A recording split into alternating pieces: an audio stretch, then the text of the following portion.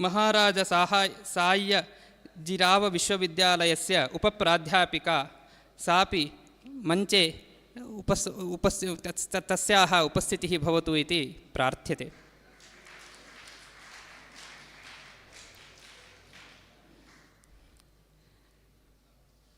अस्मिन् सत्रे अध्यक्षत्वेन गोपबन्धुमिश्राः समागताः। ते च बनारसी हिन्दुविश्वविद्यालयस्य संस्कृतविभागाध्यक्षाः। अतः तेभ्यः तत्र संस्थात्रयद्वारा नाम ICPR एवं PPSM एवं CSM संस्थात्रयद्वारा अस्मत्पक्षतः विद्यार्थिपक्षतश्च अत्र पुरस्थितः पक्षतश्च स्वागतं व्याहरामि।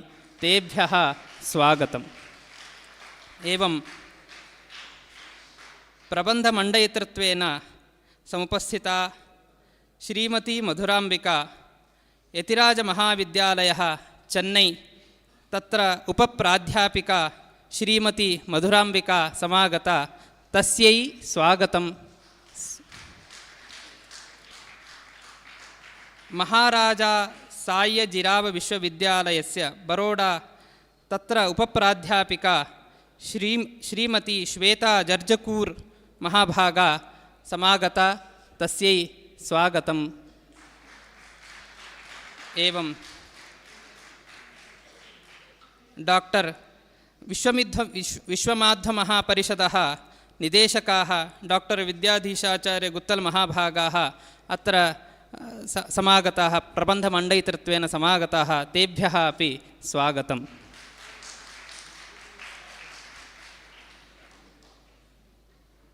प्रथमतः अस्मिन् सत्रे चेन्नै यतिराजमहाविद्यालये उपप्राध्यापिकाया श्रीमती मधुराम्बिका प्रार्थ्यते स्वीय मधुरवाण्या अस्मान् तोषयतु इति प्रार्थ्यते।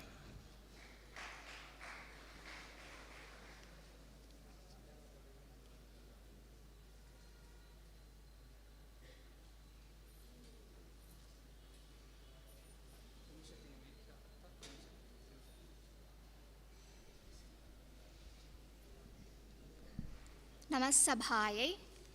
आदिकाव्ये सूर्यचन्द्रावधिकृत्य उपमालङ्कारः। वाल्मीकिना विरचितं श्रीमद्रामायणम् अतीव महत्वपूर्णो अयं ग्रन्थः। अत्र वन नदी पर्वत सूर्योदय चन्द्रोदय षड्ऋतु समुद्रादीनां सुन्दरं प्राकृतिकवर्णनं दृश्यते। संस्कृतवाङ्मये काव्येषु इतिहासेषु पुराणेषु च छन्दोरस अलङ्काराणां सुन्दरसमन्वयः वर्तते।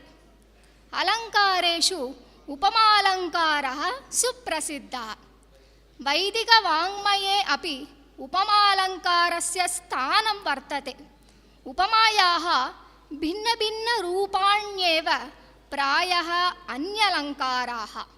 अस्मिन् मम शोधप्रबन्धे आदिकाव्ये विद्यमानस्य उपमालङ्कारस्य विषये चर्चां कर्तुम् उद्युक्तास्मि। उपमालङ्कारस्य लक्षणम् अस्ति। उपमा यत्र सादृश्यलक्ष्मीः उल्लसति द्वयोः हंसीव कृष्ण ते कीर्तिः स्वर्गङ्गाम् अवगाहते। अस्यां सञ्चिकायां रामायणकाव्ये सूर्येण चन्द्रेण सह समानतां प्रदर्श्य विद्यमानानि उदाहरणानि संक्षिप्तरूपेण प्रस्तौमि। काव्येषु बहवः अलङ्काराः प्रयुक्ताः सन्ति। यद्यपि आदिकविना अस्मिन् काव्ये उपमानस्य भिन्नभिन्नप्रयोगाः कृताः, पत्रम् इदं केवलं सूर्यचन्द्रादिवधिकृत्य उपमानं निरूपणं करोति। चन्द्रेण सह उपमाकृतानि उदाहरणानि। उपमा अलङ्कारेषु उपमानम् उपमेयम् उपमावाचकशब्दः साधारणधर्मः इति चतुर्विधाः अंशाः वर्तन्ते। बालकाण्डे प्रथमसर्गे शौर्ये रामः विष्णुतुल्यः दृष्टया चन्द्रसदृशः आकर्षकः च विष्णुना सदृशो वीर्ये सोमवत्प्रियदर्शनः शोधकालाग्निसदृशः क्रोधे क्षमया पृथिवी समः। अस्मिन् श्लोके चतुर्षु पादेषु एकस्य पादस्य विवरणम् अधः क्रियते। रामः उपमेयं, विष्णुः उपमानं, सदृशः उपमावाचकशब्दः, वीर्यं साधारणधर्मः। अयोध्याकाण्डे रामस्य वनगमनसमये माता कौसल्या शोकातुरा आसीत्। तदा परा राज्ञी तस्याः सह बहिनी च सुमित्रा तामेवं सान्त्वितवती। अहो शुभ कौसल्या, अनिन्दनीयम् उदयचन्द्रवत् पुत्रं शिरः प्रणम्य पादौ सादरं नमस्कृत्य द्रष्टुं शक्यसि। शिरसा शरणावेतौ वन्दमानमनिन्दिते पुनर्द्रक्ष्यसि कल्याणी पुत्रं चन्द्रमिवोदितम्। अयोध्याकाण्डे 45तमे सर्गे महाप्रसिद्धः पूर्णचन्द्रसदृशः सर्वगुणैः समृद्धः च रामः अयोध्यानिवासिनां प्रियः अभवत्। अयोध्यानिलयनां हि पुरुषाणां महायशाः बभूव गुणसम्पन्नः पूर्णचन्द्र इव प्रियः। अग्रे तस्मिन्नेव काण्डे रामस्य माता कौसल्या पुनः तं द्रष्टुम् आशास्ति। यदा सः वनात् प्रत्यागच्छति तदा भवन्तम् अहम् उदयचन्द्रवत् द्रक्ष्यामीति वदति। द्रक्ष्यामि त्वां वनात् प्राप्तं पूर्णचन्द्रमिवोदितं भद्रासनगतं राम वनवासादिहागतम्। एतान् विहाय अरण्यकाण्डे प्रथमसर्गे चित्रकूटनिवसां चन्द्रसदृशं रामः दृष्ट्वा ऋषयः वैदिकम् आशीर्वादम् अकुर्वन्। ते तं सोममिवोद्यन्तं दृष्ट्वा वै धर्मचारिणः। सुन्दरकाण्डे प्रथमाध्याये हनुमान् यदा सीतायाः अन्वेषणार्थं समुद्रं लङ्घयितुं सज्जो अभूत् तदा वर्णमेवं कृतमस्ति। तदा हनुमतः कान्तिः उज्ज्वलचन्द्रवत् आसीत्। सूर्येण सह उपमा कृतानि उदाहरणानि। बालकाण्डे 22तमे सर्गे अद्भुतशूरवीररामस्य उल्लेखः अस्ति। यत्र तस्य वर्णनं शरदः निर्मेघाकाशस्य सः सहस्रकिरणसूर्यः इव प्रकाशमानः अभूत् इति कृतम्।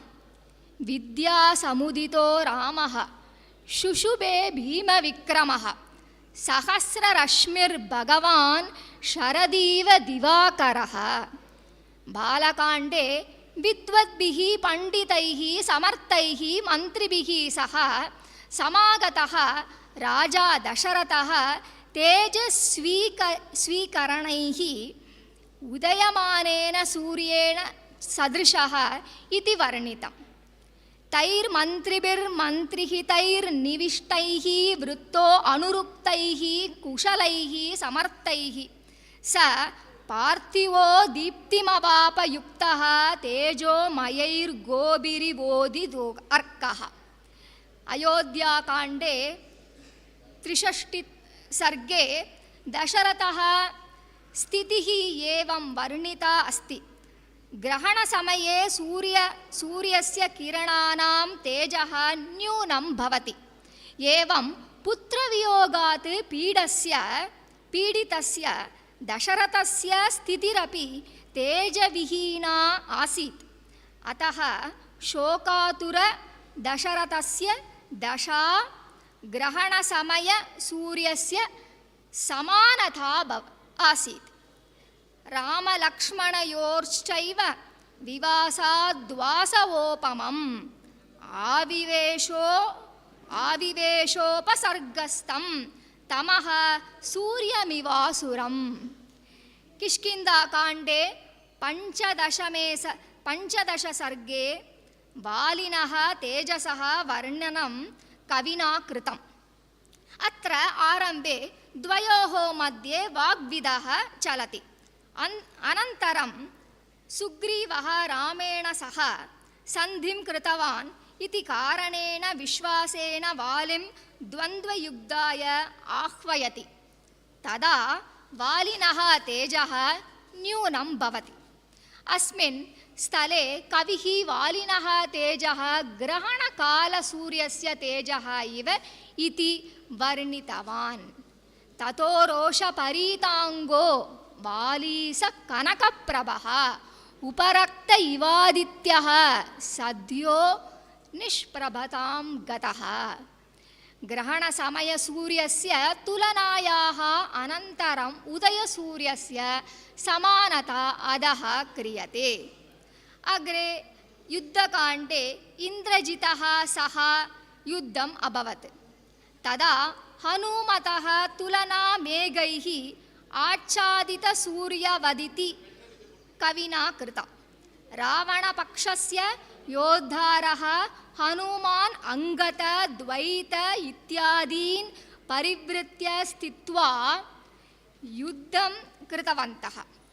तस्मात् हनुमन्तं द्रष्टुम् अपि नाशक्रुवन् कविः मेघैः आच्छादितसूर्येण समानः हनुमान् इति वर्णयति। तं भीमवेगो हरयो नाराचैः क्षतविग्रहाः अन्धकारेण ददृक्षुः मेघैः सूर्यमिवावृतम्। उपसंहारः। संस्कृतसाहित्ये एषा सूक्तिः सुप्रसिद्धा अस्ति। उपमा कालिदासस्य भारवे अर्थगौरवं दण्डिनः पदलालित्यं मागे सन्ति त्रयो गुणाः।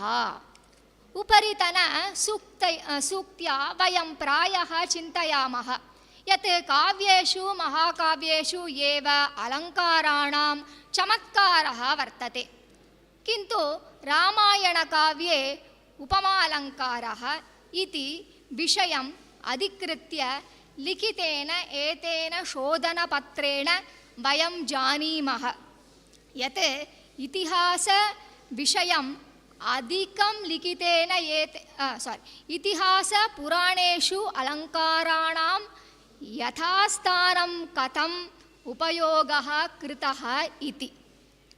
अस्मिन् शोधनपत्रे ये विषयाः प्रस्तुताः ततो अपि अधिकाः गभीराः सागरसमानाः विषयाः अलङ्काराणां रसाणां छन्दसां विषये इतिहासेषु वर्तन्ते।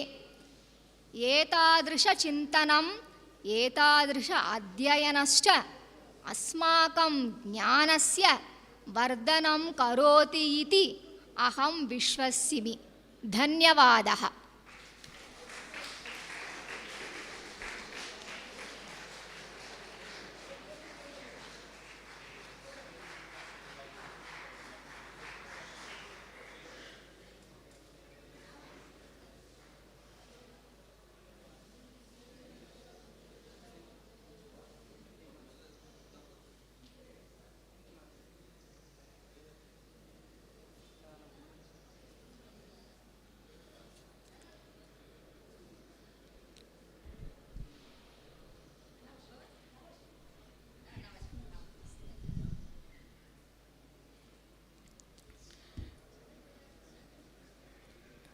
आदिकाव्ये सूर्यचन्द्रौ अधिकृत्य उपमालङ्कारः इति विषये श्रीमती मधुराम्बिका सम्यगेव विषयम् उपस्थापितवती। तस्यै धन्यवादः संस्थाद्वारा समर्प्यते। इतः परं विश्वमाध्यमः निदेशकाः डॉक्टर विद्याधीशाचार्य गुत्तल् महाभागाः प्रार्थ्यन्ते रामायणे ನೀತಿಬೋಧಃ ರಾಮಾಯಣದಲ್ಲಿ ನೀತಿಬೋಧ ಎನ್ನುವ ವಿಷಯದಲ್ಲಿ ಮಾತಾಡಬೇಕು.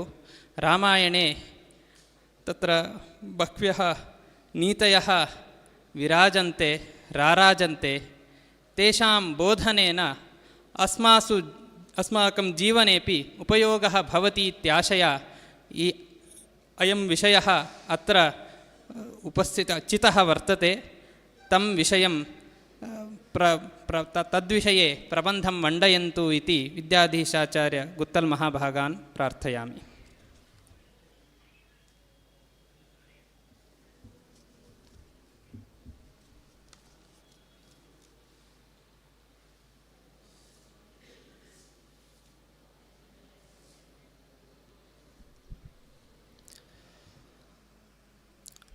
ಶ್ರೀ ಗುರುಭ್ಯೋ ನಮಃ. ಜಯತಿ ಹರಿರಚಿಂತ್ಯಃ ಸರ್ವದೇವೈಕವಂದ್ಯಃ ಪರಮಗುರುರಭೀಷ್ಟಾವಾಪ್ತಿದಃ ಸಜ್ಜನಾನಾಂ ನಿಖಿಲ ಗುಣಗಣರ್ಣೋ ನಿತ್ಯನಿರ್ಮುಕ್ತದೋಷಃ ಸರಸಿಜ ನಯನೋऽಸೌ ಶ್ರೀಪತಿರ್ಮಾನದೋನಃ. ವಾಲ್ಮೀಕೇಃ ಗೌಃ ಪುನೀಯಾನ್ನಃ ಮಹೀಧರ ಪದಾಶ್ರಯ ಯದ್ದುಗ್ಧಮುಪಜೀವಂತಿ ಕವಯಸ್ತರಣಕಾ ಇವ. ಆಪಾದಮೌಲಿಪರ್ಯಂತಂ ಗುರುಣಾಮಾಕೃತಿಂ ಸ್ಮರೇತ್ ತೇನ ವಿಘ್ನಾಃ ಪ್ರಣಶ್ಯಂತಿ ಸಿದ್ಧ್ಯಂತಿ ಚ ಮನೋರಥಾಃ. ವೇದಿಕೆಯ ಮೇಲೆ ಆಸೀನರಾದಂತಹ ಎಲ್ಲ ಗಣ್ಯರಿಗೆ ಹಾಗೂ ಸಭೆಯಲ್ಲಿ ಉಪಸ್ಥಿತರಾದಂತಹ ಎಲ್ಲ ವಿದ್ವಾಂಸರಿಗೆ ಹಾಗೂ ಶ್ರೋತೃಗಳಿಗೆ ವಂದಿಸುತ್ತಾ,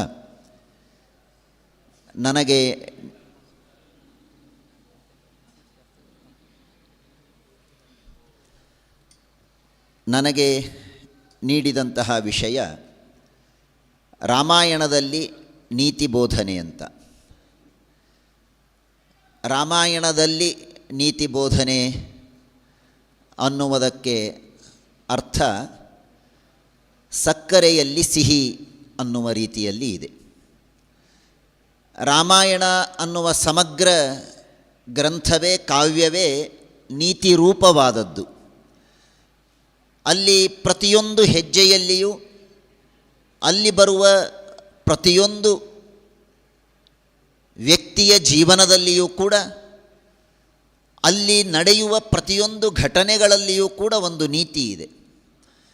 ಕೆಲವು ಹೀಗೆ ಮಾಡಬೇಕು ಅನ್ನುವ ನೀತಿಯನ್ನು ಹೇಳುತ್ತೆ, ಕೆಲವು ಹೀಗೆ ಮಾಡಬಾರದು ಅಂತನ್ನುವ ನೀತಿಯನ್ನು ನಮಗೆ ತಿಳಿಸಿಕೊಡುತ್ತೆ. ಹಾಗಾಗಿ ರಾಮಾಯಣದಲ್ಲಿ ನೀತಿಯನ್ನು ಹುಡುಕಲು ಹೊರಟರೆ ನಾವು ನೀತಿಯಲ್ಲಿಯೇ ಮುಳುಗಿ ಬಿಡ್ತೇವೆ ಹೊರತು ಪ್ರತ್ಯೇಕವಾಗಿ ನೀತಿಯನ್ನು ತೆಗೆಯೋದಕ್ಕಾಗೋದೇ ಇಲ್ಲ. ಅಷ್ಟು ನೀತಿಯ ಒಂದು ದೊಡ್ಡ ಸಾಗರ ರಾಮಾಯಣ. ಆದರೂ ಒಂದೆರಡು ಅಂಶಗಳನ್ನು, ಕೆಲವು ವಿಷಯಗಳನ್ನು ರಾಮಾಯಣದಲ್ಲಿ ನೀತಿ ರೂಪದಲ್ಲಿ ನಮಗೆ ತಿಳಿಸಿಕೊಟ್ಟ ವಿಷಯಗಳನ್ನು ಯಥಾಮತಿಯಾಗಿ ಹೇಳುವ ಪ್ರಯತ್ನವನ್ನು ಮಾಡ್ತಾ ಇದ್ದೇನೆ. ನೀತಿ ಅನ್ನುವ ಶಬ್ದಕ್ಕೆ ವ್ಯುತ್ಪತ್ತಿಯನ್ನು ಅನೇಕ ಕೋಶಗಳಲ್ಲಿ ಬೇರೆ ಬೇರೆ ರೀತಿಯಾಗಿ ತೋರಿಸಿದ್ದಾರೆ. ಪ್ರಾಯ ಅನೇಕ ಕಡೆಗೆ ವ್ಯಾಖ್ಯಾನ ಮಾಡಿದಂತೆ ನೀತಿ ಅನ್ನುವುದಕ್ಕೆ ನೀಯಂತೆ ಉಪಾಯಾದಯ ಐಹಿಕ ಆಮುಷ್ಮಿಕ ಅರ್ಥಾಃ ಯಯಾ ಸಾ ನೀತಿ ಅಂತ. ಯಾವುದನ್ನು ಪಾಲನೆ ಮಾಡುವುದರಿಂದ, ಯಾವುದನ್ನು ಅನುಸರಣೆ ಮಾಡುವುದರಿಂದ, ಯಾವ ಮಾರ್ಗವನ್ನು ಅನುಸರಣೆ ಮಾಡುವುದರಿಂದ ಅಥವಾ ಯಾವ ರೂಲ್ಸನ್ನು ಫಾಲೋ ಮಾಡೋದರಿಂದ ನಮಗೆ ಜೀವನದಲ್ಲಿ ಐಹಿಕ ಆಮುಷ್ಮಿಕವಾದ ಲಾಭಗಳು ಆಗತ್ತೋ ಅವುಗಳನ್ನು ನೀತಿ ಅಂತ ಕರೆದಿದ್ದಾರೆ. ಅದು ರಾಜನೀತಿಯಾಗಿರಬಹುದು, ಆಶ್ರಮ ನೀತಿಯಾಗಿರಬಹುದು, ವಿದ್ಯಾರ್ಥಿಗಳಿಗೊಂದು ಬೇರೆ ಇರಬಹುದು, ಗೃಹಸ್ಥನಿಗೊಂದು ಬೇರೆ ಇರಬಹುದು, ಬ್ರಹ್ಮಚಾರಿ ಸನ್ಯಾಸಿಗಳಿಗೆ ಬೇರೆ ಇರಬಹುದು. ಅಂತೂ ಎಲ್ಲರಿಗೂ ಕೂಡ ಒಂದು ನೀತಿ ಇದೆ. ಯಾವುದನ್ನು ಪಾಲನೆ ಮಾಡುವುದರಿಂದ, ಯಾವುದನ್ನು ಅನುಸರಣೆ ಮಾಡುವುದರಿಂದ ಮನುಷ್ಯನಿಗೆ ತಾನು ಬಯಸಿದ ಅಭೀಷ್ಟಗಳನ್ನು ಅವನು ಪಡಿತಾನೋ ಅದನ್ನು ನೀತಿ ಅಂತ ಅಂತಾರೆ. ಸರಿಯಾದ ಮಾರ್ಗದಲ್ಲಿ ನಾವು ನಮಗೆ ಬೇಕಾದದ್ದನ್ನು ಪಡೆಯುವುದಕ್ಕೆ ಅದನ್ನು ನೀತಿ ಅಂತ ಕರೀತಾರೆ. ಹಾಗಾಗಿ ಆ ನೀತಿ ರಾಮಾಯಣದಲ್ಲಿ 2 ತರಹದ ನೀತಿ ಬೋಧನೆಗಳಿದೆ. ಕೆಲವು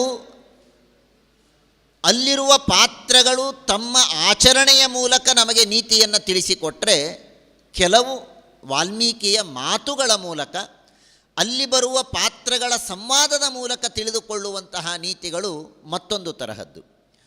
ಈಗ ನಾನು ಹೇಳಲಿಕ್ಕೆ ಹೊರಟದ್ದು 2ನೆಯ ತರಹದ ನೀತಿಗಳು. ಅಲ್ಲಿ ವಾಕ್ಯ ರೂಪದಲ್ಲಿ ಸಿಗುವ ನೀತಿಗಳ ಬಗ್ಗೆ ನಾನು ಸ್ವಲ್ಪ ಚಿಂತನವನ್ನು ಮಾಡ್ತೇನೆ.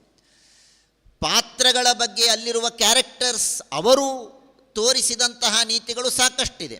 ರಾಮಚಂದ್ರ ದೇವರು, ಲಕ್ಷ್ಮಣ, ಭರತ, ಸೀತೆ, ಶತ್ರುಘ್ನ, ರಾವಣ, ವಿಭೀಷಣ, ಹನುಮಂತ, ಸುಗ್ರೀವ, ವಾಲಿ, ದಶರಥ, ಜನಕ, ಹೀಗೆ ನಾನಾ ತರಹದ ಪಾತ್ರಗಳು, ರಾಮಾಯಣದಲ್ಲಿರುವಂತಹ ಪಾತ್ರಗಳು ನಮಗೆ ತಮ್ಮ ತಮ್ಮ ಜೀವನದ, ತಮ್ಮ ತಮ್ಮ ಆಚರಣೆಯ ಮೂಲಕವೇ ನಮಗೆ ಅನೇಕ ನೀತಿಗಳನ್ನು ತಿಳಿಸಿಕೊಟ್ಟಿದ್ದಾರೆ. ಅದು ಪಿತೃಭಕ್ತಿ ಇರಬಹುದು, ಹಿರಿಯರಲ್ಲಿ ಗೌರವ ಇರಬಹುದು, ಅಧ್ಯಯನ ಮಾಡುವ ದೀಕ್ಷೆ ಇರಬಹುದು, ದೇಶಪ್ರೇಮ ಇರಬಹುದು, ಒಂದಲ್ಲ ಎರಡಲ್ಲ ನಾನಾ ರೀತಿಯ ನೀತಿಯನ್ನು ನಮಗೆ ರಾಮಾಯಣದ ಪಾತ್ರಗಳು ನಮಗೆ ತಿಳಿಸಿಕೊಡುತ್ತೆ.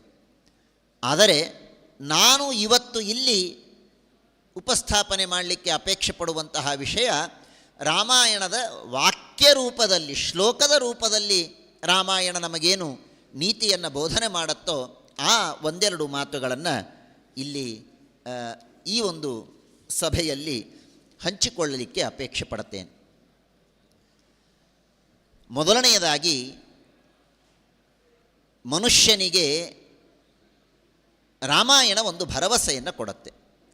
ನಾನು ಬೇರೆ ಬೇರೆ ಕಾಂಡಗಳಲ್ಲಿ ಬಂದ ಬೇರೆ ಬೇರೆ ಪ್ರಸಂಗದಲ್ಲಿ ಬಂದಂತಹ ವಿಷಯಗಳನ್ನು ಪ್ರಸ್ತಾಪನೆ ಮಾಡ್ತಾ ಇದ್ದೇನೆ. ಹೀಗಾಗಿ ವಿಷಯಗಳಲ್ಲಿ ಒಂದಕ್ಕೊಂದು ಲಿಂಕ್ ಇರಬೇಕು ಅನ್ನುವ ಅನಿವಾರ್ಯತೆ ಇಲ್ಲ. ರಾಮಾಯಣ ಒಂದು ಸಂದೇಶವನ್ನು ಕೊಡುತ್ತೆ, ಬಹಳ ದೊಡ್ಡದಾದಂತಹ ಸಂದೇಶ. ಜೀವನದಲ್ಲಿ ಮನುಷ್ಯ ಬದುಕಿರೋದಕ್ಕೆ ಪ್ರಯತ್ನ ಮಾಡಬೇಕೇ ಹೊರತು ಸಾಯೋದಕ್ಕೆ ಪ್ರಯತ್ನ ಮಾಡಬಾರದು. ಸಾವು ಮನುಷ್ಯನಿಗೆ ಇದು ಸಹಜ, ಹುಟ್ಟಿದ ಮನುಷ್ಯನಿಗೆ ಸಾವು ಇದು ಸಹಜ. ಆದರೆ ಬದುಕು ಇದು ಸಹಜ ಅಲ್ಲ. ಬದುಕು ಮನುಷ್ಯ ತಾನು ಶ್ರಮಪಟ್ಟು ಬದುಕಬೇಕು. ಆಹಾರವನ್ನು ಚೆನ್ನಾಗಿ ತಿನ್ನುವ ಮೂಲಕ ಬದುಕಬೇಕು, ವ್ಯಾಯಾಮವನ್ನು ಮಾಡುವ ಮೂಲಕ ಬದುಕಬೇಕು, ಪ್ರಾಣಾಯಾಮವನ್ನು ಮಾಡುವ ಮೂಲಕ ಬದುಕಬೇಕು, ನಿಯತ ಆಹಾರವನ್ನು ಸ್ವೀಕಾರ ಮಾಡುವ ಮೂಲಕ ಬದುಕಬೇಕು. ಅಂತೂ ಜೀವನದಲ್ಲಿ ಮನುಷ್ಯ ಬದುಕೋದಕ್ಕೆ ಹೆಚ್ಚು ಪ್ರಯತ್ನ ಮಾಡಬೇಕು. ಸಾವು ಅವನಿಗೆ ಸಹಜ. ಸಾಯುವುದಕ್ಕೆ ಪ್ರಯತ್ನ ಮಾಡಬಾರದು, ಆದರೆ ಬದುಕೋದಕ್ಕೆ ಪ್ರಯತ್ನ ಮಾಡಬೇಕು. ಮನುಷ್ಯ ಬದುಕಿದರೆ, ಇವತ್ತು ಜೀವನದಲ್ಲಿ ಯಾವುದೋ ಒಂದು ಹಂತದಲ್ಲಿ ಮನುಷ್ಯನಿಗೆ ದುಃಖ, ನೋವು, ಸಂಕಟ, ಅಪಯಶಸ್ಸು, ಅಪಜಯ, ಅಪಕೀರ್ತಿ ಎಲ್ಲ ಬರುತ್ತೆ. ಆದರೆ ಇವುಗಳು ಬಂದಾಗ ಮನುಷ್ಯ, ಇವತ್ತಿನ ಸಾಮಾನ್ಯ ಜನ, ಅನೇಕ ನಾವು ಮಾಧ್ಯಮಗಳಲ್ಲಿ ನೋಡ್ತಾ ಇರ್ತೇವೆ, ಸುತ್ತಮುತ್ತಲೂ ಈ ತರಹದ ಘಟನೆಗಳನ್ನು ಕೇಳ್ತಾ ಇರ್ತೇವೆ. ಮನುಷ್ಯನಿಗೆ ಯಾವುದೇ ಒಂದು ಸಣ್ಣ ಅಪಯಶಸ್ಸಿಗೆ ಮನುಷ್ಯ ತನ್ನ ಜೀವನವನ್ನೇ ಕಳೆದುಕೊಳ್ಳುವಂತಹ ಘಟನೆಗಳು ನೂರಾರು ನಡೆಯುತ್ತೆ. ಅದು ರೈತರ ಆತ್ಮಹತ್ಯೆ ಇರಬಹುದು, ಅದು ವಿದ್ಯಾರ್ಥಿಗಳು ಫೇಲ್ ಆದಾಗ ಮಾಡಿಕೊಳ್ಳುವ ಆತ್ಮಹತ್ಯೆ ಇರಬಹುದು, ಮನಸ್ತಾಪ ಆಗುವಂತಹ ಆತ್ಮಹತ್ಯೆಗಳಿರಬಹುದು, ನಾನಾ ತರಹದ ಆತ್ಮಹತ್ಯೆಗಳಿರಬಹುದು. ವಾಲ್ಮೀಕಿ ಋಷಿ ಒಂದು ಮಾತನ್ನು ನಮಗೆ ಹೇಳ್ತಾರೆ, ಮನುಷ್ಯ ಜೀವನದಲ್ಲಿ ತನ್ನನ್ನು ತಾನು ನಾಶ ಮಾಡಿಕೊಳ್ಳಬಾರದು, ಬದುಕಬೇಕು. ಬದುಕಿದ ಅಂದರೆ ಏತಿ ಜೀವಂತಮಾನಂದೋ ನರಂ ವರ್ಷಶತಾದಪಿ. ಯಾರು ಬದುಕ್ತಾನೋ ಬದುಕಿದ ವ್ಯಕ್ತಿಗೆ ಇಂದಿಲ್ಲ ನಾಳೆ ಆನಂದ ಬರುತ್ತೆ. ಸುಖಕ್ಕಾಗಿ ಸುಖ ಇಲ್ಲ ಅಂತ ಜೀವನವನ್ನು ಕಡೆಗಣಿಸಬೇಡ. ಸುಖ ನಮಗೆ ಸಿಗತ್ತೆ, ಆದರೆ ನೀನು ಮೊದಲು ಬದುಕು. ಎಲ್ಲಿಯವರೆಗೆ ನೀನು ಬದುಕಿರ್ತೀಯೋ ನಿನಗೆ 10ನೆಯ ವರ್ಷಕ್ಕೆ ಸುಖ ಸಿಗದೇ ಇರಬಹುದು, 20ನೆಯ ವರ್ಷಕ್ಕೆ ಸುಖ ಸಿಗದೇ ಇರಬಹುದು, ಆದರೆ ನಿನಗೆ ಸುಖ ಸಿಕ್ಕೇ ಸಿಗತ್ತೆ. ಆದರೆ ನೀನು ಬದುಕಬೇಕು. ಬದುಕಿನ ಬಗ್ಗೆ ನೀನು ನಿರಾಶೆಯನ್ನು ಹೊಂದಿದರೆ, ಬದುಕುವುದಿಲ್ಲ ಎಂಬಂತಹ ಪಣವನ್ನು ತೊಟ್ಟರೆ ಆಗ ನಿನಗೆ ಸುಖ ಎಂದಿಗೂ ಸಿಗೋದಿಲ್ಲ. ಹಾಗಾಗಿ ಸುಖ ಇದು ಮನುಷ್ಯನಿಗೆ ಬೇಕು ಅಂತಾದರೆ ಮೊದಲು ಬದುಕಬೇಕು ಅನ್ನುವ ಒಂದು ಭರವಸೆಯನ್ನು ವಾಲ್ಮೀಕಿ ನಮಗೆ ಕೊಡ್ತಾರೆ. ಹಾಗಾಗಿ ಜೀವನ, ಮನುಷ್ಯ ಬದುಕುವುದು ಇದು ಬಹಳ ದೊಡ್ಡದಾದ ಮಾತು ಎಂಬುದಾಗಿ ವಾಲ್ಮೀಕಿ ಹೇಳ್ತಾರೆ. ಇದೇ ವಾಲ್ಮೀಕಿ ಮತ್ತೊಂದು ಕಡೆಗೆ ಒಂದು ಮಾತನ್ನು ಹೇಳ್ತಾರೆ. ಬದುಕು ಇದು, ಮನುಷ್ಯ ಬದುಕಬೇಕು ನಿಜ, ಆದರೆ ಬದುಕುವುದಕ್ಕೆ ಪ್ರಯತ್ನ ಮಾಡಬೇಕು ನಿಜ, ಆದರೆ ನಾನು ಸದಾ ಬದುಕೇ ಇರ್ತೇನೆ ಎನ್ನುವ ಅಹಂಕಾರದಲ್ಲೂ ಮನುಷ್ಯ ಇರಬಾರದು. ಜೀವನ ನಾನು ಬಾಳಬೇಕು, ಚೆನ್ನಾಗಿ ಬಾಳಬೇಕು ಅನ್ನುವ ಅಪೇಕ್ಷೆಯನ್ನು ಮನುಷ್ಯ ಪಡಬೇಕು, ಇದು ನಿಜ. ಆದರೆ ನಾನು ಸದಾ ಬದುಕೇ ಇರ್ತೇನೆ, ನಾನು ಶಾಶ್ವತ ಅನ್ನುವ ಅಹಂಕಾರದಲ್ಲಿಯೂ ಮನುಷ್ಯ ಇರಬಾರದು ಅನ್ನುವ ಮಾತನ್ನು ವಾಲ್ಮೀಕಿ ಋಷಿಗಳು ತಿಳಿಸಿಕೊಡ್ತಾರೆ. ಬಹಳ ಪ್ರಸಿದ್ಧವಾದಂತಹ ಮಾತು, ಮಹಾಭಾರತದಲ್ಲಿಯೂ ಈ ಮಾತು ಬರುತ್ತೆ. ವಾಲ್ಮೀಕಿ ಋಷಿಗಳು ಹೇಳ್ತಾರೆ, ಸರ್ವೇ ಕ್ಷಯಾಂತ ನಿಚಯಾ ಪತನಾಂತ ಸಮುಚ್ಛ್ರಯಾ ಸಂಯೋಗಾ ವಿಪ್ರಯೋಗಾಂತಹ ಮರಣಾಂತ ಹಿ ಜೀವಿತಂ. ಮನುಷ್ಯನ ಜೀವನ ಇದು ಒಂದು ದಿನ ಮರಣದಲ್ಲಿ ಕೊನೆಗಾಣುತ್ತೆ. ಮರಣ ಇದಕ್ಕೆ ಕೊನೆಗೆ, ಹಾಗೇ ಬದುಕೇ ಇರ್ತಾನೆ ಅಂತನ್ನುವ ಆಶೆ ಮನುಷ್ಯನಿಗೆ ಇರಬಾರದು. ಬದುಕುವುದಕ್ಕೆ ಪ್ರಯತ್ನ ಮಾಡಬೇಕಾದದ್ದು ಎಷ್ಟು ಅನಿವಾರ್ಯವೋ, ಈ ಬದುಕು ಶಾಶ್ವತ ಅಲ್ಲ ಅನ್ನುವ ವಿವೇಕವನ್ನು ಕೂಡ ಮನುಷ್ಯ ಪಡೆದಿದ್ದರೆ ಆಗ ಮನುಷ್ಯನ ಜೀವನದಲ್ಲಿ ಬ್ಯಾಲೆನ್ಸ್ ಇರುತ್ತೆ. ಇಲ್ಲದೇ ಇದ್ದರೆ ಮನುಷ್ಯ ಬ್ಯಾಲೆನ್ಸ್ ಕಳೆದುಕೊಳ್ತಾನೆ. ವಾಲ್ಮೀಕಿ ಋಷಿಗಳು ಇದೇ ಮಾತಿನಲ್ಲಿ ಇನ್ನೆರಡು ಅಂಶಗಳನ್ನು ತಿಳಿಸಿಕೊಡ್ತಾರೆ. ಸರ್ವೇ ಕ್ಷಯಾಂತಹ ನಿಚಯಾ ಪತನಾಂತ ಸಮುಚ್ಛ್ರಯಾ. ಮನುಷ್ಯ ಜೀವನದಲ್ಲಿ ಬೇಕಾದಷ್ಟು ಬೆಳೀತಾನೆ, ಬೇಕಾದಷ್ಟು ಸಾಧನೆಯನ್ನು ಮಾಡ್ತಾನೆ, ಆದರೆ ಎಷ್ಟು ದೊಡ್ಡ ಸ್ಥಾನದಲ್ಲಿ ಏರಿದರೂ ಕೂಡ ಒಮ್ಮೆ ಅವನು ಆ ಸ್ಥಾನದಿಂದ ಕೆಳಗೆ ಬರಲೇಬೇಕು. ಈ ಮಾತಿದೆ ನೋಡಿ, ಈ ಮಾತು ಮನುಷ್ಯನನ್ನು ವಿನಯವಂತನನ್ನಾಗಿ ಮಾಡೋದಕ್ಕೆ ತುಂಬ ಸಹಕಾರಿಯಾದದ್ದು. ನಾವು ಏನೋ ಒಳ್ಳೆಯ ಕೆಲಸವನ್ನು ಮಾಡ್ತೇವೆ, ಅಧಿಕಾರವನ್ನು ಕೊಡ್ತಾರೆ, ಜನ ಗುರುತಿಸ್ತಾರೆ, ಗೌರವವನ್ನು ಮಾಡ್ತಾರೆ, ದೊಡ್ಡ ಸ್ಥಾನಕ್ಕೆ ಏರ್ತೇವೆ. ಆ ದೊಡ್ಡ ಸ್ಥಾನದಲ್ಲಿ ಇದ್ದಾಗ ನಾವು ವಿನೀತರಾಗಿರಬೇಕೇ ಹೊರತು ದೊಡ್ಡ ಸ್ಥಾನದಲ್ಲಿದ್ದೇನೆ ಎನ್ನುವುದಕ್ಕೆ 10 ಜನರನ್ನು ಅವಮಾನ ಮಾಡಿದರೆ, 10 ಜನರನ್ನು ತುಳಿಯೋದಕ್ಕೆ ಪ್ರಯತ್ನ ಮಾಡಿದರೆ ವಾಲ್ಮೀಕಿ ಎಚ್ಚರ ಕೊಡುತ್ತಾರೆ. ಅವರು ಹೇಳ್ತಾರೆ, ಪತನಾಂತ ಸಮುಚ್ಛ್ರಯಾ.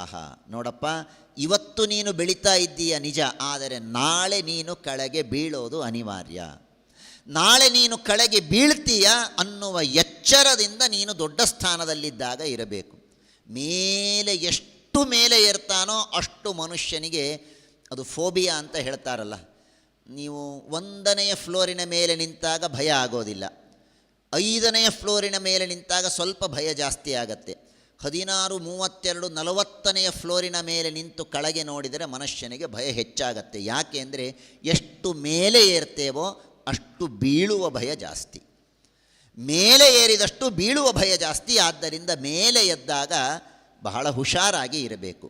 ರೋಡಿನ ಮೇಲೆ ಓಡಾಡುವವನಿಗೆ ಸ್ವಲ್ಪ ಎಚ್ಚರ ತಪ್ಪಿದರೂ ತೊಂದರೆ ಇಲ್ಲ, ಅವನು ಫಾಸ್ಟಾಗಿ ನಡೆದುಕೊಂಡು ಹೋಗ್ತಾನೆ, ನೆಲದ ಮೇಲೆ ನಡೆದಾಡವನು. ಆದರೆ ಮೇಲೆ 50ನೇ ಫ್ಲೋರಿನ ಮೇಲೆ ರಿಪೇರ್ ಮಾಡೋದಕ್ಕೆ ವರ್ಕರ್ಸ್ ಹತ್ತಿರ್ತಾರಲ್ಲ, ಅವರು ತುಂಬ ಜಾಗರೂಕರಾಗಿರಬೇಕು. ಯಾಕೆ ಅಂದರೆ ಮೇಲಿದ್ದವನು ಬೀಳುವ ಭಯ ಜಾಸ್ತಿ.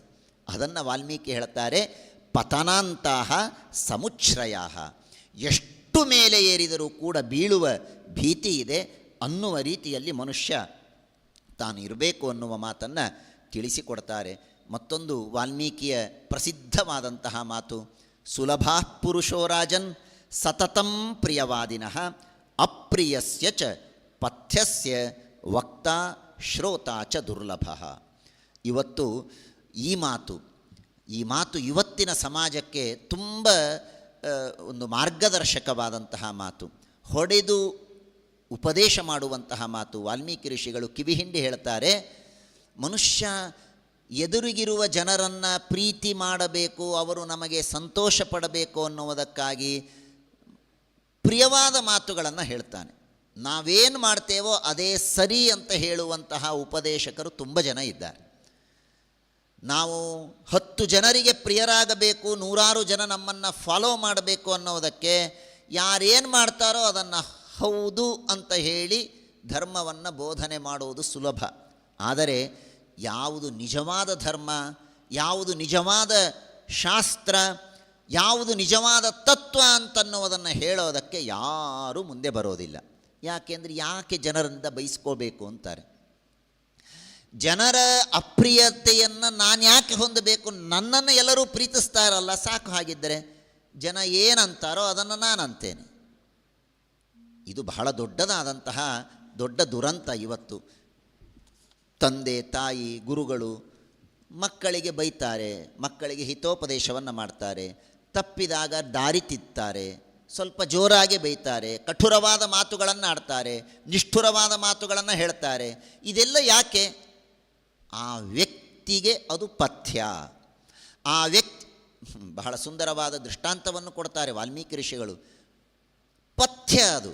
ಒಬ್ಬ ವೈದ್ಯ ರೋಗಿಗೆ ಅದು ತಿನ್ನಬೇಡ ಇದು ತಿನ್ನಬೇಡ ಕಹಿಯಾದದ್ದನ್ನು ತಿನ್ನು ಅಂತ ಹೇಳಬೇಕೋ, ಅಥವಾ ವೈದ್ಯ ನನಗೆ ಇವನು ಬೇಕಾದಷ್ಟು ಹಣ ಕೊಡ್ತಾನೆ ಅನ್ನೋದಕ್ಕೆ ನೀನೇನು ಮಾಡ್ತೀಯೋ ಮಾಡು ಅಂತನಬೇಕೋ? ಹಾಗಿದೆ ಇವತ್ತಿನ ಪರಿಸ್ಥಿತಿ. ಜನ ನಮ್ಮನ್ನು ಬೈತಾರೆ ಅನ್ನೋದಕ್ಕೆ ಜನರಿಗೇನು ಬೇಕೋ ಅದನ್ನು ಹೇಳ್ತೇವೆ ಹೊರತು ಯಾವುದು ಜನರಿಗೆ ಹಿತ ಅದನ್ನು ಹೇಳುವ ಗುರುಗಳು ಬಹಳ ಕಡಿಮೆ ಇದ್ದಾರೆ. ವಾಲ್ಮೀಕಿ ಋಷಿಗಳು ಹೇಳ್ತಾರೆ, ಅಪ್ರಿಯಸ್ಯ ಚ ಪಥ್ಯಸ್ಯ ವಕ್ತಾ ಶ್ರೋತಾ ಚ ದುರ್ಲಭ ಅಂತ.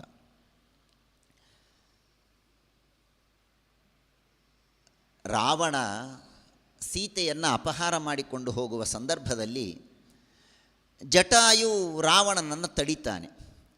ಜಟಾಯು ರಾವಣನನ್ನು ತಡೆಯುವ ಸಂದರ್ಭದಲ್ಲಿ ಜಟಾಯು ಒಂದೆರಡು ಮಾತುಗಳನ್ನು ಹೇಳ್ತಾನೆ, ಬಹಳ ಸುಂದರವಾದಂತಹ ಮಾತುಗಳು. ಇದರಲ್ಲಿ ಒಂದು ಮ್ಯಾನೇಜ್ಮೆಂಟಿನ ಒಂದು ತತ್ವವೂ ಅಡಗಿದೆ. ಮನುಷ್ಯನಿಗೆ ಹೇಗಿರಬೇಕು ಜೀವನದಲ್ಲಿ ಧಾರ್ಮಿಕವಾಗಿ ಅನ್ನುವ ಮಾತನ್ನು ಕೂಡ ಜಟಾಯು ಹೇಳ್ತಾನೆ. ಸಾಮಾನ್ಯವಾಗಿ ಇವತ್ತು ಮನುಷ್ಯ ಅನೇಕ ಸ್ಟ್ರೆಸ್ಗಳನ್ನು ತೆಗೆದುಕೊಳ್ತಾನೆ. ಎಲ್ಲವನ್ನೂ ಮಾಡಬೇಕು ಅಂತನ್ನುವ ಹಂಬಲದಲ್ಲಿ ಯಾವುದನ್ನೂ ಪೂರ್ಣ ಮಾಡೋದಿಲ್ಲ, ಎಲ್ಲದರ ಭಾರವನ್ನು ತಲೆಯ ಮೇಲೆ ಹೊತ್ತುಕೊಳ್ತಾನೆ.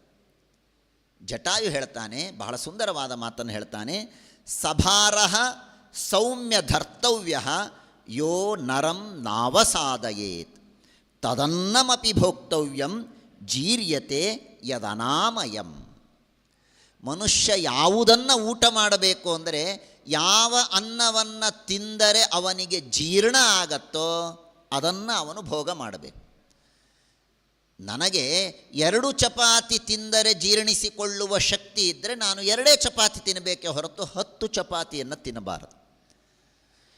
ನಾನು ಬೇಗನೆ ಬಲವಂತನಾಗಬೇಕು, ನನಗೆ ಬೇಗನೆ ಶಕ್ತಿ ಬರಬೇಕು ಅನ್ನೋದಕ್ಕೆ 5 ದಿನದ ಊಟವನ್ನು 1 ದಿನ ಮಾಡಿದರೆ ಮನುಷ್ಯನಿಗೆ ಅದು ತಡೆಯೋದಿಲ್ಲ. ವಿಪರೀತವಾಗಿ ಅವನಿಗೆ ಅದು ವಿಷವಾಗತ್ತೆ, ಅವನಿಗೆ ಅದು ರೋಗವನ್ನು ತಂದುಕೊಡುತ್ತೆ.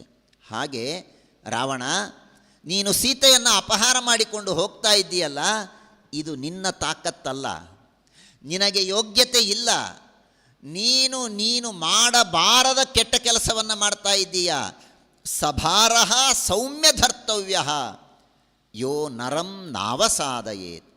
ನೀನು ಯಾವ ಭಾರವನ್ನು ಹೊತ್ತರೆ ಮನುಷ್ಯ ತನ್ನನ್ನು ತಾನು ನಾಶ ಮಾಡಿಕೊಳ್ಳೋದಿಲ್ಲವೋ ಅಷ್ಟೇ ಭಾರವನ್ನು ಹೊರಬೇಕು.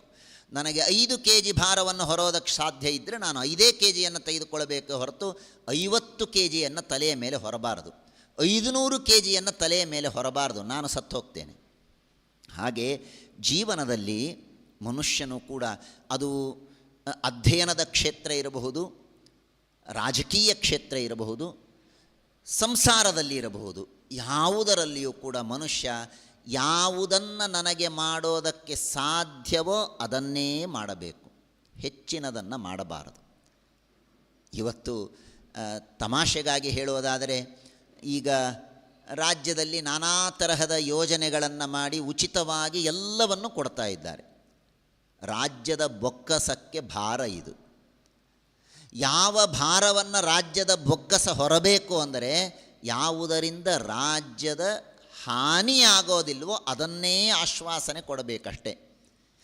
ಏನಾದರೂ ಮಾಡ್ತೇನೆ ಅಂತ ಎಲ್ಲ ಜನರ ಪ್ರೀತಿಗಾಗಿ ನನಗಾಗದ ಭಾರವನ್ನು ನಾನು ಹೊತ್ತರೆ ನಾನು ನಾಶ ಆಗೋದು ನಿಶ್ಚಿತ. ಅಧ್ಯಯನ ಮಾಡುವಂತಹ ವಿದ್ಯಾರ್ಥಿಗಳು, ನನ್ನ ಯೋಗ್ಯತೆ ಏನೋ ಅಷ್ಟನ್ನು ನಾನು ಓದಬೇಕು, ಹೊರತು ಅದನ್ನು ಮಾಡ್ತೇನೆ ಇದನ್ನು ಮಾಡ್ತೇನೆ ಅಂತ ನೂರಾರು ಭಾರವನ್ನು ಮೈ ಮೇಲೆ ಹೊತ್ತರೆ ಮನುಷ್ಯ ಯಾವುದನ್ನೂ ಪೂರ್ಣ ಮಾಡೋದಕ್ಕಾಗೋದಿಲ್ಲ, ತನ್ನನ್ನು ತಾನು ನಾಶ ಮಾಡಿಕೊಳ್ಳೋದು ನಿಶ್ಚಿತ ಎಂಬ ಮಾತನ್ನು ಹೇಳ್ತಾರೆ. ಮತ್ತೊಂದು ಮಾತನ್ನು ಜಟಾಯು ತಿಳಿಸಿಕೊಡ್ತಾನೆ. ನೋಡು, ಜೀವನದಲ್ಲಿ ನಿನಗೇನು ಮಾಡಬೇಕು ಏನು ಮಾಡಬಾರದು ಅಂತನ್ನೋದಕ್ಕೆ ಏನಾದರೂ ಒಂದು ಪ್ಯಾರಾಮೀಟರ್, ಒಂದು ಸೂಚಿ ನನಗೆ ಬೇಕು ಅನ್ನೋದಾದರೆ ಜಟಾಯು ಹೇಳ್ತಾನೆ, ರಾವಣ ಒಂದು ಮಾತನ್ನು ತಿಳಿದುಕೋ, ಯತ್ಕೃತ್ವಾ ನ ಭವೇತ್ ಧರ್ಮ ನ ಕೀರ್ತಿ ನ ಯಶೋ ಧ್ರುವಂ ಶರೀರಸ್ಯ ಭವೇತ್ ಖೇದ ಕಸ್ತತ್ ಕರ್ಮ ಸಮಾಚರೇತ್. ರಾವಣ, ಸೀತೆಯನ್ನು ನೀನು ಕರೆದುಕೊಂಡು ಹೋಗ್ತಾ ಇದೆಯಲ್ಲ, ನಿನಗೇನು ಸಿಗ್ತಾ ಇದೆ ಇದರಲ್ಲಿ ಹೇಳು? ಪುಣ್ಯ ಸಿಗ್ತಾ ಇದೆಯಾ? ಅಥವಾ ರಾವಣ ಭಾರೀ ಅಂತ ಯಾರಾದರೂ ವರ್ಣನೆ ಮಾಡೋರಿದ್ದಾರಾ? ನಿನ್ನ ಕೀರ್ತಿ ಏನಾದರೂ ಬೆಳೆಯೋದಿದೆಯಾ? ಹೋಗಲಿ, ನಿನಗೇನಾದರೂ ಹಣ ಬರೋದಿದೆಯಾ? ಯಾವುದೂ ಇಲ್ಲ ಅಂದಮೇಲೆ ಯಾಕೆ ಮಾಡೋದಕ್ಕೆ ಹೋಗ್ತೀಯ? ಎಷ್ಟು ಸುಂದರವಾದ ಮಾತು ನೋಡಿ, ವಾಲ್ಮೀಕಿಯ ಮಾತು. ಇವತ್ತು ನಾವು ದುಶ್ಚಟಗಳಿಗೆ ಬಲಿಯಾಗ್ತಾ ಇದ್ದೇವೆ. ದುಶ್ಚಟಗಳಿಗೆ ಬಲಿಯಾಗುವಂತಹ ನಮಗೆ ವಾಲ್ಮೀಕಿ ಹೇಳ್ತಾನೆ, ನೋಡಪ್ಪ, ನೀನು ಮಾಡು, ಕೆಟ್ಟ ಕೆಲಸ ಮಾಡ್ತಾ ಇದೆಯಲ್ಲ, ಏನು ಸಿಗತ್ತೆ ಸ್ವಲ್ಪ ಆಲೋಚನೆ ಮಾಡು. ನಮ್ಮನ್ನು ನಾವು ವಿಮರ್ಶೆ ಮಾಡಿಕೊಳ್ಳಬೇಕು. ಈ ನಾಲ್ಕರಲ್ಲಿ ನಮಗೇನು ಸಿಗೋದೇ ಇದೆ? ಧರ್ಮ ಸಿಗತ್ತಾ? ಕೀರ್ತಿ ಬರತ್ತಾ? ಯಾರಾದರೂ ನಮ್ಮನ್ನು ವರ್ಣನೆ ಮಾಡೋರಿದ್ದಾರ? ಏನೂ ಇಲ್ಲದ ಮೇಲೆ ನಾವು ಯಾಕೆ ಮಾಡಬೇಕು? ಎಷ್ಟು ಚೆನ್ನಾಗಿದೆ. ನಾವು ಮಾಡುವ ಪ್ರತಿಯೊಂದು ಕಾರ್ಯದ ಹಿಂದೆ ಯಾವುದೇ ಕೆಲಸವನ್ನು ನಾವು ಮಾಡಬೇಕಾದರೆ ಈ ಮೂರನ್ನು ಆಲೋಚನೆ ಮಾಡಬೇಕು. ನನಗಿದರಿಂದ ಏನು ಲಾಭ? ನನಗಿದರಿಂದ ಏನು ಲಾಭ? ನಾನು ದುಶ್ಚಟಗಳಿಗೆ ಬಲಿಯಾಗೋದರಿಂದ ನನಗೇನೋ ತಾತ್ಕಾಲಿಕವಾದ ಖುಷಿ ಸಿಗತ್ತೆ, ಅಷ್ಟು ಬಿಟ್ಟರೆ ಧರ್ಮ ಇದೆಯಾ? ಕೀರ್ತಿ ಇದೆಯಾ? ಕೀರ್ತಿ ಧರ್ಮ ಎರಡೂ ಇಲ್ಲ ಅಂದಮೇಲೆ ಇದನ್ನು ನಾನು ಯಾಕೆ ಮಾಡಬೇಕು ಅನ್ನುವ ಆಲೋಚನೆ ಮನುಷ್ಯನಿಗಿರಬೇಕು ಅನ್ನುವ ಮಾತನ್ನು ಪ್ರತಿಯೊಂದು ವಿಷಯವೂ ತುಂಬ ವಿಸ್ತಾರವಾಗಿ ತಿಳಿದುಕೊಳ್ಳಬೇಕಾದ ವಿಷಯ. ನಾನು ಕೇವಲ ಜಿಸ್ಟನ್ನು ಮಾತ್ರ ಹೇಳ್ತಾ ಇದ್ದೇನೆ. ಹಾಗಾಗಿ ವಾಲ್ಮೀಕಿ ಅಂತಾರೆ, ಯಾವುದನ್ನು ಮಾಡೋದರಿಂದ ಮನುಷ್ಯನಿಗೆ ಧರ್ಮವೂ ಇಲ್ಲ, ಕೀರ್ತಿಯೂ ಸಿಗೋದಿಲ್ಲ, ಮಾಡುವಾಗ ದೇಹಕ್ಕೆ ಆಯಾಸ ಆಗತ್ತೆ, ಅಷ್ಟಿದ್ದರೂ ಮನುಷ್ಯ ಕೆಟ್ಟ ಕೆಲಸವನ್ನು ಮಾಡ್ತಾನಲ್ಲ, ಮೂರ್ಖ ಅವನು ಅಂತ ವಾಲ್ಮೀಕಿ ಬೈತಾರೆ. ಮನುಷ್ಯ ಏನು ಮಾಡಬೇಕು ಏನು ಮಾಡಬಾರದು, ಕೀರ್ತಿ ಬರುವಂತಹ ಕಾರ್ಯವನ್ನು ಮಾಡಬೇಕು ಅಂತ. ಇದೊಂದು ಅರ್ಥದಲ್ಲಿ ಇದು ಜನತಾ ನ್ಯಾಯಾಲಯ ಅಂತ ವಾಲ್ಮೀಕಿ ಒಂದು ಹೊಸ ಕಾನ್ಸೆಪ್ಟ್ ಹೇಳ್ತಾರೆ. ಇದು ಜನತಾ ನ್ಯಾಯಾಲಯ. ಮನುಷ್ಯ ಕೆಟ್ಟ ಕೆಲಸವನ್ನು ಮಾಡಿದರೆ ಅವನಿಗೆ ರಾಜ ಶಿಕ್ಷೆ ಕೊಡ್ತಾನೆ, ಇದೊಂದು ಪಕ್ಕಕ್ಕೆ ಇಡಿ. ಆದರೆ ವಾಲ್ಮೀಕಿ ಒಂದು ಮಾತನ್ನು ಹೇಳ್ತಾರೆ, ನೋಡು, ಜೀವನದಲ್ಲಿ ಮನುಷ್ಯ ಎಷ್ಟು ಅಪಯಶಸ್ಸನ್ನು ಗಳಿಸ್ತಾನೋ ಅಷ್ಟು ದಿನ ಅವನು ನರಕದಲ್ಲಿ ಇರ್ತಾನೆ. ಅಷ್ಟನ್ನು ಸಿಂಪಲ್ಲಾಗಿ ತಿಳಿದುಕೊಂಡು ಬಿಡು. ವಾಲ್ಮೀಕಿ ಹೇಳ್ತಾರೆ, ಅಕೀರ್ತಿರಿ ಯಸ್ಯ ಗೀಯೇತ್ ಲೋಕೇ ಭೂತಸ್ಯ ಕಸ್ಯಚಿತ್ ಪತತ್ಯೇವಾಧಮಾನ್ ಲೋಕಾನ್ ಯಾವತ್ ಶಬ್ದ ಪ್ರಕೀರ್ತ್ಯತೆ. ಮಹಾಭಾರತದಲ್ಲಿಯೂ ಈ ಮಾತು ಬರುತ್ತೆ. ವಾಲ್ಮೀಕಿ ಋಷಿಗಳು ಹೇಳ್ತಾರೆ, ಜೀವನದಲ್ಲಿ ನನ್ನ ಬಗ್ಗೆ ಎಲ್ಲಿಯವರೆಗೆ ಅಪಕೀರ್ತಿ ಭೂಮಿಯಲ್ಲಿರುತ್ತೋ ಅಲ್ಲಿಯವರೆಗೆ ನಾನು ನರಕದಲ್ಲಿರ್ತೇನೆ ಅಂತ. ಎಷ್ಟು ಚೆನ್ನಾಗಿದೆ ನೋಡಿ. ಹಾಗಾದರೆ ಇದರಿಂದ ವಾಲ್ಮೀಕಿ ನನಗೇನು ಹೇಳ್ತಾರೆ? ನಮ್ಮ ಬಗ್ಗೆ ಅಪಕೀರ್ತಿ ಬರದೇ ಇದ್ದಂತೆ ನಾವು ನಮ್ಮ ಚಾರಿತ್ರ್ಯವನ್ನು, ನಮ್ಮ ಸದಾಚಾರವನ್ನು, ನಮ್ಮ ಆಚರಣೆಯನ್ನು ಜೀವನದಲ್ಲಿ ರೂಢಿಸಿಕೊಳ್ಳಬೇಕು. ನಮ್ಮ ಚಾರಿತ್ರ್ಯ ಇಷ್ಟು ಶುದ್ಧವಾಗಿರಬೇಕಲ್ಲ, ನಮ್ಮ ಬಗ್ಗೆ ಅಪಕೀರ್ತಿ ಇರಬಾರದು. ಇವತ್ತು ನಾನು ರಾಜನಾಗ್ತೇನೆ, ನಾನು ಮಂತ್ರಿ ಆಗ್ತೇನೆ, ನಾನು ಆರಿಸಿ ಬರ್ತೇನೆ, ನಾನು ಮುಖ್ಯಮಂತ್ರಿಯೋ ಗೃಹ ಮಂತ್ರಿಯೋ ಏನೋ ಆಗ್ತೇನೆ. ನಾನೊಮ್ಮೆ ಆರಿಸಿ ಬಂದರೆ ನನಗೆ 5 ವರ್ಷ ಯಾರೂ ಅಳ್ಳಾಡಿಸುವಂತೆ ಇಲ್ಲ. ಆದರೆ ವಾಲ್ಮೀಕಿ ಹೇಳ್ತಾರೆ ಹಾಗಲ್ಲ ಅಂತಾರೆ. ಅದು ಅಲ್ಲ ಸರಿ. ನಿನ್ನ ಬಗ್ಗೆ ತಪ್ಪು ಮಾತುಗಳು ಜನತೆಯ ಬಾಯಲ್ಲಿ ಬಂತು ಅಂದರೆ ಮುಗಿತು ನಿನ್ನ ಅಧಿಕಾರ, ನೀನು ಕೆಳಗಿಳಿಬೇಕು. ಎಲ್ಲಿಯವರೆಗೆ ಮತ್ತೆ ಜನ ನಿನ್ನ ಬಗ್ಗೆ ಒಳ್ಳೆಯ ಮಾತುಗಳನ್ನು ಹೇಳೋದಕ್ಕೆ ಶುರು ಮಾಡೋದಿಲ್ವೋ ಅಲ್ಲಿಯವರೆಗೆ ನಿನಗೆ ಮೇಲ್ಕೊಡೋದಕ್ಕೆ ಅಧಿಕಾರ ಇಲ್ಲ.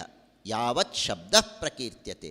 ನಿನ್ನ ಬಗ್ಗೆ ಅಪಕೀರ್ತಿ ಜನತೆಯ ಬಾಯಿಯಲ್ಲಿ ಬಂದರೆ ನೀನು ರಾಜ್ಯಕ್ಕೆ ಅರ್ಹನಲ್ಲ, ನೀನು ಕೆಳಗಿಳಿಬೇಕು ಅನ್ನುವ ಮಾತನ್ನು ವಾಲ್ಮೀಕಿ ಋಷಿಗಳು ನಮಗೆ ತಿಳಿಸಿಕೊಡ್ತಾರೆ. ಮನುಷ್ಯನಿಗೆ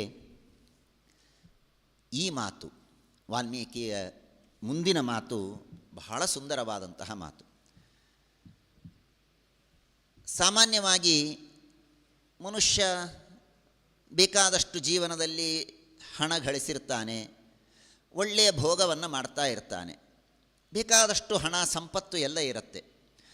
ಹಣ ಸಂಪತ್ತು ಇದ್ದಾಗ ಮನುಷ್ಯ ಭೋಗವನ್ನು ಮಾಡ್ತಾನೆ. ಆದರೆ ಏನೋ ದೈವವಶಾತ್ ಅವನಿಗೆ ದಾರಿದ್ರ್ಯ ಬರುತ್ತೆ, ಶ್ರೀಮಂತಿಕೆ ಹೋಗಿಬಿಡತ್ತೆ. ಶ್ರೀಮಂತಿಕೆ ಹೋಗಿ ದಾರಿದ್ರ್ಯ ಬಂದಾಗ ಮನುಷ್ಯ ಅದನ್ನು ಚೆನ್ನಾಗಿ, ಶ್ರೀಮಂತಿಕೆಯನ್ನು ಹೇಗೆ ಭೋಗಿಸಿದನೋ ಹಾಗೆ ದಾರಿದ್ರ್ಯವನ್ನು ಭೋಗಿಸುವ ಒಂದು ಸ್ಥಿಮಿತತೆ ಅವನಿಗೆ ಇರಬೇಕು.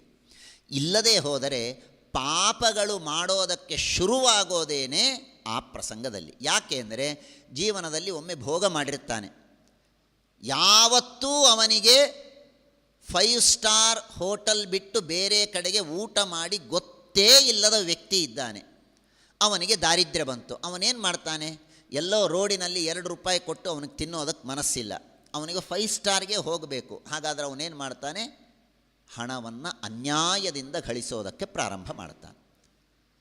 ಹಣ ಗಳಿಸೋದಕ್ಕೆ, ಅನ್ಯಾಯದಿಂದ ಗಳಿಸೋದಕ್ಕೆ ಯಾಕೆ ಶುರು ಮಾಡ್ತಾನೆ ಅಂದರೆ ಮನುಷ್ಯ ಅವನಿಗೆ ತನ್ನದೇನು ಲೆವೆಲ್ ಇದೆಯೋ ಆ ಲೆವೆಲ್ ಯಾವತ್ತೂ ಕಡಿಮೆಯಾಗಬಾರದು ಅಂತನ್ನುವ ಒಂದು ಅಹಂಕಾರ ಇರುತ್ತೆ. ವಾಲ್ಮೀಕಿ ಆ ಮಾತನ್ನು ಹೇಳ್ತಾರೆ, ವಿಚ್ಛಿದ್ಯಂತೆ ಕ್ರಿಯಾ ಸರ್ವಾಹ ಗ್ರೀಷ್ಮೆ ಕುಸರಿತೋ ಯಥಾ ಸೋಯಮರ್ಥಂ ಪರಿತ್ಯಜ್ಯ ಸುಖ ಕಾಮ ಸುಖೈಧಿತಃ ಪಾಪಮಾಚರತೆ ಕರ್ತುಂ ತದಾ ದೋಷ ಪ್ರವರ್ಧತೆ. ಸುಖವಾಗಿ ಜೀವನವನ್ನು ಮಾಡಿದಂತಹ ವ್ಯಕ್ತಿ ಯಾವಾಗ ಸ್ವಲ್ಪ ತಾನು ದರಿದ್ರನಾಗ್ತಾನೋ ಆಗ ಮತ್ತೆ ಆ ಸುಖವನ್ನು ಪಡೆಯೋದಕ್ಕೆ ಕೆಟ್ಟ ಕೆಲಸವನ್ನು ಮಾಡೋದಕ್ಕೆ ಶುರು ಮಾಡ್ತಾನೆ. ಹಾಗಾಗಬಾರದು. ಮನುಷ್ಯ ಸಂತೋಷದಲ್ಲಿದ್ದಾಗ, ಶ್ರೀಮಂತಿಕೆಯಲ್ಲಿದ್ದಾಗ ಹೇಗೆ ಸುಖವನ್ನು ಅನುಭವಿಸಿದನೋ ಹಾಗೆ ದಾರಿದ್ರ್ಯದಲ್ಲೂ ಸುಖವನ್ನು ಅನುಭವಿಸುವ ಕಲೆಯನ್ನು ನಾವು ಕಲಿಯಬೇಕು. ಇದಕ್ಕಾಗಿಯೇ ನಮ್ಮ ಶಾಸ್ತ್ರಗಳಲ್ಲಿ ತಪಸ್ಸು, ವ್ರತಗಳು, ಉಪವಾಸಗಳು ಇವುಗಳನ್ನೆಲ್ಲ ಹೇಳಿಕೊಟ್ಟದ್ದು. ಇವೆಲ್ಲ ಯಾಕೆ ಬಂತು ನಮ್ಮ ಶಾಸ್ತ್ರಗಳಲ್ಲಿ? ನಮ್ಮ ಪ್ರಾಚೀನ ಭಾರತದಲ್ಲಿ ವ್ರತ, ನಿಯಮ, ಉಪವಾಸಗಳು, ಚಳಿಯಲ್ಲಿ ಸ್ನಾನ ಮಾಡೋದು, ಬಿಸಿಲಿನಲ್ಲಿ ತಪಸ್ಸು ಮಾಡೋದು, ಇದೆಲ್ಲ ಯಾಕೆ ಹೇಳಿಕೊಟ್ರು ನಮ್ಮ ಶಾಸ್ತ್ರದಲ್ಲಿ ಅಂದರೆ ಮನುಷ್ಯ ತನ್ನನ್ನು ತಾನು ಯಾವುದೇ ಪರಿಸ್ಥಿತಿಯಲ್ಲೂ ನಾನು ಸುಖವಾಗಿ ಇರಬಹುದು ಅನ್ನುವುದಕ್ಕೆ ಇದೆಲ್ಲ ಟ್ರೈನಿಂಗ್. ಈಗ ನಾಳೆ ಚಾತುರ್ಮಾಸ್ಯ ಬರುತ್ತೆ. ಚಾತುರ್ಮಾಸ್ಯದಲ್ಲಿ ಅದು ತಿನ್ನಬಾರದು, ಇದು ತಿನ್ನಬಾರದು ಅಂತೇನೇನೋ ನಿಯಮಗಳನ್ನು ಮಾಡಿದ್ದಾರೆ. ನಾವು ಅನ್ಕೋತೇವೆ ಯಾಕೆ ಇಷ್ಟು ಕಷ್ಟ ಕೊಡಬೇಕು ಜೀವನಕ್ಕೆ ಅಂತ. ಜೀವನಕ್ಕೆ ಕಷ್ಟ ಕೊಡೋದಲ್ಲ, ಅದು ನಮ್ಮನ್ನು ನಾವು ಟ್ರೈನಿಂಗ್ ಮಾಡಿಕೊಂಡಂತೆ, ಅದು ವರ್ಕ್ಶಾಪ್. ಚಾತುರ್ಮಾಸ್ಯ ಅನ್ನುವುದು ಮತ್ತೇನಲ್ಲ, ಚಾತುರ್ಮಾಸ್ಯ ವ್ರತ ಅನ್ನುವುದು ಮನುಷ್ಯನ ಜೀವನದಲ್ಲಿ ಅವನು ಸಾಮಾನ್ಯವಾಗಿ ಬಾಳಿದರೂ ಸುಖವಾಗಿ ಹೇಗಿರಬಹುದು ಅನ್ನುವುದಕ್ಕೆ ಅದೊಂದು ವರ್ಕ್ಶಾಪ್, ಒಂದು ಟ್ರೈನಿಂಗ್. ಸೊ ಹಾಗಾಗಿ ನಮ್ಮ ಪ್ರಾಚೀನ ಭಾರತದಲ್ಲಿ ನಾನಾ ತರಹದ ಉಪಾಯಗಳನ್ನು ತಿಳಿಸಿಕೊಟ್ಟಿದ್ದಾರೆ. ಬೇಕಾದಷ್ಟು ಮಾತುಗಳನ್ನೆಲ್ಲ ತಿಳಿಸಿಕೊಡ್ತಾರೆ. ಉತ್ಸಾಹದ ಬಗ್ಗೆ, ಸಂತೋಷದ ಬಗ್ಗೆ ನಾನಾ ತರಹದ ಮಾತುಗಳನ್ನು ಹೇಳ್ತಾರೆ. ಒಂದು ಮಾತನ್ನು ವಾಲ್ಮೀಕಿ ಹೇಳ್ತಾನೆ, ಇವತ್ತಿನ ಪ್ರಸಂಗಕ್ಕೆ ನನಗನ್ನಿಸುತ್ತೆ ತುಂಬ ಔಚಿತ್ಯಪೂರ್ಣವಾದಂತಹ ಮಾತು. ಒಬ್ಬ ವ್ಯಕ್ತಿ ಇರ್ತಾನಂತೆ, ಆ ವ್ಯಕ್ತಿಯ ಹತ್ರ ದೊಡ್ಡದಾದ ಮಾವಿನ ತೋಟ, ಭಾರೀ ದೊಡ್ಡದಾದ ಮಾವಿನ ತೋಟ ಇರುತ್ತೆ. ಅವನು ಒಂದು ದಿನ ಸಂಜೆ ಎಲ್ಲೋ ವಾಕಿಂಗ್ ಹೋಗಿರ್ತಾನೆ. ವಾಕಿಂಗ್ ಹೋದ ಸಂದರ್ಭದಲ್ಲಿ ಪಕ್ಕದ ಸ್ವಲ್ಪ ದೂರದಲ್ಲಿ ಒಂದು ಬೇರೆ ಉದ್ಯಾನವನವನ್ನು ನೋಡ್ತಾನೆ. ಆ ಉದ್ಯಾನವನವನ್ನು ನೋಡಿದಾಗ ಆ ಉದ್ಯಾನವನದಲ್ಲಿ ಸುಂದರವಾದಂತಹ ಹೂಗಳ ಗಿಡಗಳೆಲ್ಲ ಕಾಣುತ್ತೆ. ಭಾರೀ ಸುಂದರವಾದ ಹೂ, ಪಾಲಾಶ ಅಂತ ಸಂಸ್ಕೃತದಲ್ಲಿ ಅದನ್ನು ಕರೀತಾರೆ, ಮುತ್ತುಗದ ಹೂವು ಅಂತ ನಾವು ಕನ್ನಡದಲ್ಲಿ ಅದನ್ನು ಹೇಳ್ತೇವೆ. ಬಹಳ ಚೆನ್ನಾಗಿರುತ್ತೆ ನೋಡೋದಕ್ಕೆ. ಆ ಹೂಗಳು ತುಂಬ ಆಕರ್ಷಣೀಯವಾಗಿರುತ್ತೆ. 2-3 ಬಣ್ಣಗಳೆಲ್ಲ ಸೇರಿ ಆ ಹೂವು ಆಗಿರುತ್ತೆ. ಆ ಹೂವಿನ ತೋಟವನ್ನು ನೋಡಿ ಅವನಿಗೆ ಬಹಳ ಸಂತೋಷ ಆಗತ್ತಂತೆ. ಅವನು ಆಲೋಚನೆ ಮಾಡ್ತಾನಂತೆ, ಸುಮ್ಮನೆ ನಾನು ಮಾವಿನ ಗಿಡಗಳನ್ನು ಹಾಕಿ ಕೂತಿದ್ದೇನೆ, ಇದು ಏನು ಚೆನ್ನಾಗೇ ಇಲ್ಲ, ಈ ಹೂಗಳು ನೋಡು ಎಷ್ಟು ಚೆನ್ನಾಗಿದೆ ಅಂತ ಮನಸ್ಸಿನಲ್ಲಿ ಆಲೋಚನೆ ಮಾಡಿ ಅವನು ಮಾರನೇ ದಿನ ಬಂದು ತನ್ನ ಮಾವಿನ ಗಿಡಗಳನ್ನೆಲ್ಲ ಕತ್ತರಿಸಿ ಎಸೆದು ಬಿಡ್ತಾನೆ. ಎಸೆದು ಈ ಮುತ್ತುಗದ ಹೂವಿನ ಗಿಡಗಳನ್ನು ಹಾಕ್ತಾನೆ. ಸ್ವಲ್ಪೇ ದಿನಕ್ಕೆ ಬೆಳೆದು ಬಿಡುತ್ತೆ, ಒಳ್ಳೆ ಬಣ್ಣದ ಹೂಗಳು, ಭಾರೀ ಖುಷಿಯಾಗತ್ತೆ. ಸ್ವಲ್ಪ ದಿನ ಆಗತ್ತೆ, ಆ ಹೂವು ಹೋಗಿ ಕಾಯಿ ಆಗತ್ತೆ. ಹೂವೇ ಇಷ್ಟು ಚೆನ್ನಾಗಿದೆ ಅಂದರೆ ಕಾಯಿ ಇನ್ನೆಷ್ಟು ಚೆನ್ನಾಗಿರ್ಬೋದು ಅಂತ ಹೇಳಿ ಆ ಕಾಯನ್ನು ಹರಿದು ತಿಂತಾನಂತೆ. ಕಹಿ, ತಿನ್ನೋದಕ್ಕೇ ಬೇಸರ, ಹೇಸಿಗೆ ಎಸೆದು ಬಿಡ್ತಾನಂತೆ. ಆಗ ಅವನಿಗೆ ಪಶ್ಚಾತ್ತಾಪ ಆಗತ್ತಂತೆ. ಹೂವನ್ನು ನಾನು ನೋಡಿ ಮರಳಾದೆ. ನೋಡಿ, ಅವನ ಕೈಯಲ್ಲಿ ಇದ್ದದ್ದು ಮಾವಿನ ಹಣ್ಣಿತ್ತು. ಮಾವಿನ ಹಣ್ಣನ್ನು ತಿಂದು ಆನಂದಿಸಬಹುದಾದ ಆ ವ್ಯಕ್ತಿ ಯಾವುದೋ ಹೂವನ್ನು ನೋಡಿ ಆ ಹೂವು ಚೆನ್ನಾಗಿದೆ ಅಂತ ಹೇಳಿ ಅದನ್ನು ಇದ್ದ ಮಾವಿನ ಗಿಡವನ್ನು ಕತ್ತರಿಸಿ ಆ ಹೂವನ್ನು ಹಾಕಿದ. ಸ್ವಲ್ಪ ದಿನ ಆನಂದ ಕೊಡ್ತು, ಆಮೇಲೆ ಮತ್ತೆ ಕಹಿಯಾದ ಹಣ್ಣನ್ನೇ ತಿನ್ನುವ ಪರಿಸ್ಥಿತಿ ಅವನಿಗೆ ಬಂತು. ಇವತ್ತಿನ ಸಮಾಜದಲ್ಲಿ ಮತಾಂತರ ಆಗ್ತಾ ಇದೆಯಲ್ಲ, ಮತಾಂತರ ಆಗಿ ಬೇರೆ ಬೇರೆ ಮತಗಳಲ್ಲಿರುವ ಮೋಹಕವಾದ ಮಾತುಗಳನ್ನು ನೋಡಿ, ಮೋಹಕವಾದ ಬಣ್ಣದ ಮಾತುಗಳನ್ನು ನೋಡಿ ನಮ್ಮ ಯುವಕ ಯುವತಿಯರು ಬೇರೆ ಬೇರೆ ಧರ್ಮಗಳಿಗೆ ಹೋಗ್ತಾರಲ್ಲ, ಅವರಿಗೆ ಇದಕ್ಕಿಂತಲೂ ಒಳ್ಳೆಯ ಮಾತು ಇನ್ನೊಂದು ಇಲ್ಲ. ಎಷ್ಟು ಚೆನ್ನಾಗಿ ಹೇಳ್ತಾರೆ ವಾಲ್ಮೀಕಿ ಋಷಿಗಳು. ಮೇಲ್ನೋಡೋದಕ್ಕೆ ಏನೇನೋ ಸುಂದರವಾದಂತಹ ಬಣ್ಣದ ಮಾತುಗಳಿದೆ, ಅವುಗಳನ್ನು ನೋಡ್ತಾರೆ, ಚೆನ್ನಾಗಿದೆ ಅಂತ ಹೋಗ್ತಾರೆ. ಆಮೇಲೆ ಸಿಗೋದು ಎಲ್ಲಿ? ಫ್ರಿಜ್ಜಿನಲ್ಲಿ ಸಿಗ್ತಾರೆ. ಪೂರ್ಣ ಒಂದು ಬಾಡಿ ಹೋದಂತಹ ಹೆಣ್ಣು 50 ಬಾಡಿಯಾಗಿ ವಾಪಸ್ ಬರ್ತಾಳೆ. ಇದೆಲ್ಲ ಯಾಕೆ?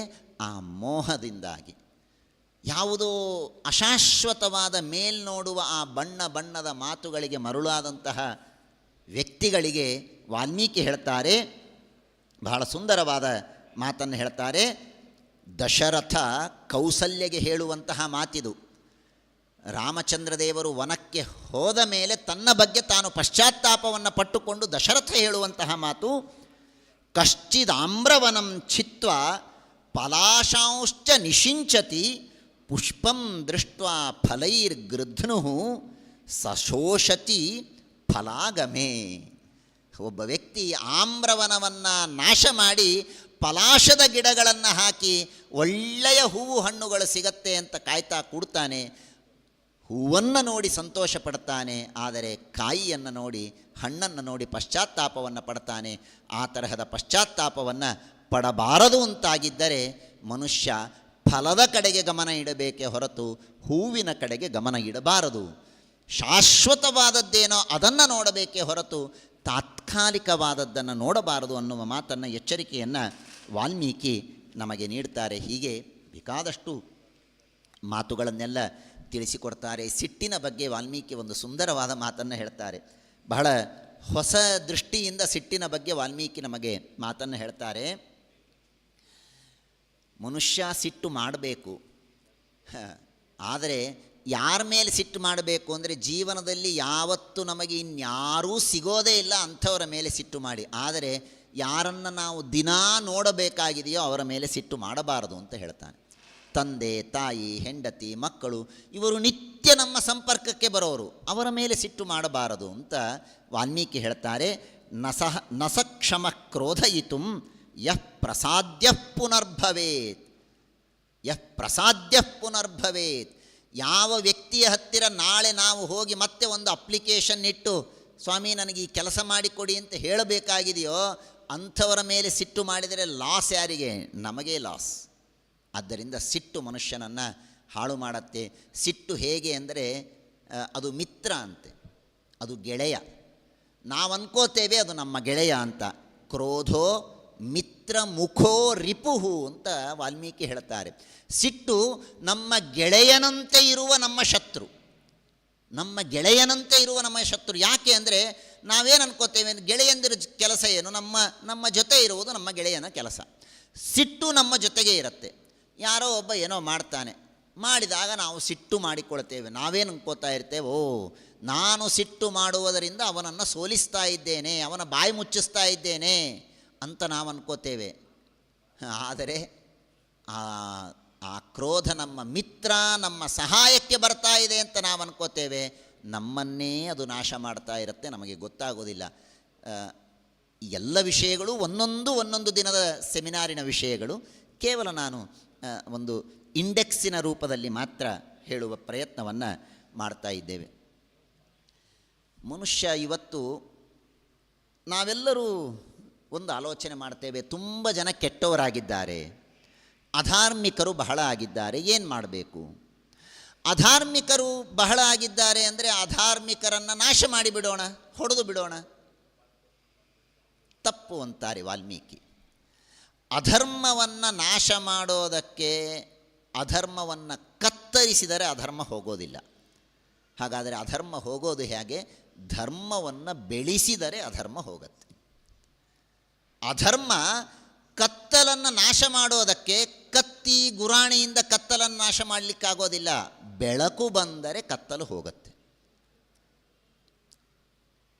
ಬೆಳಕು ಬಂದರೆ ಕತ್ತಲೆ ಹೋಗುತ್ತೆ.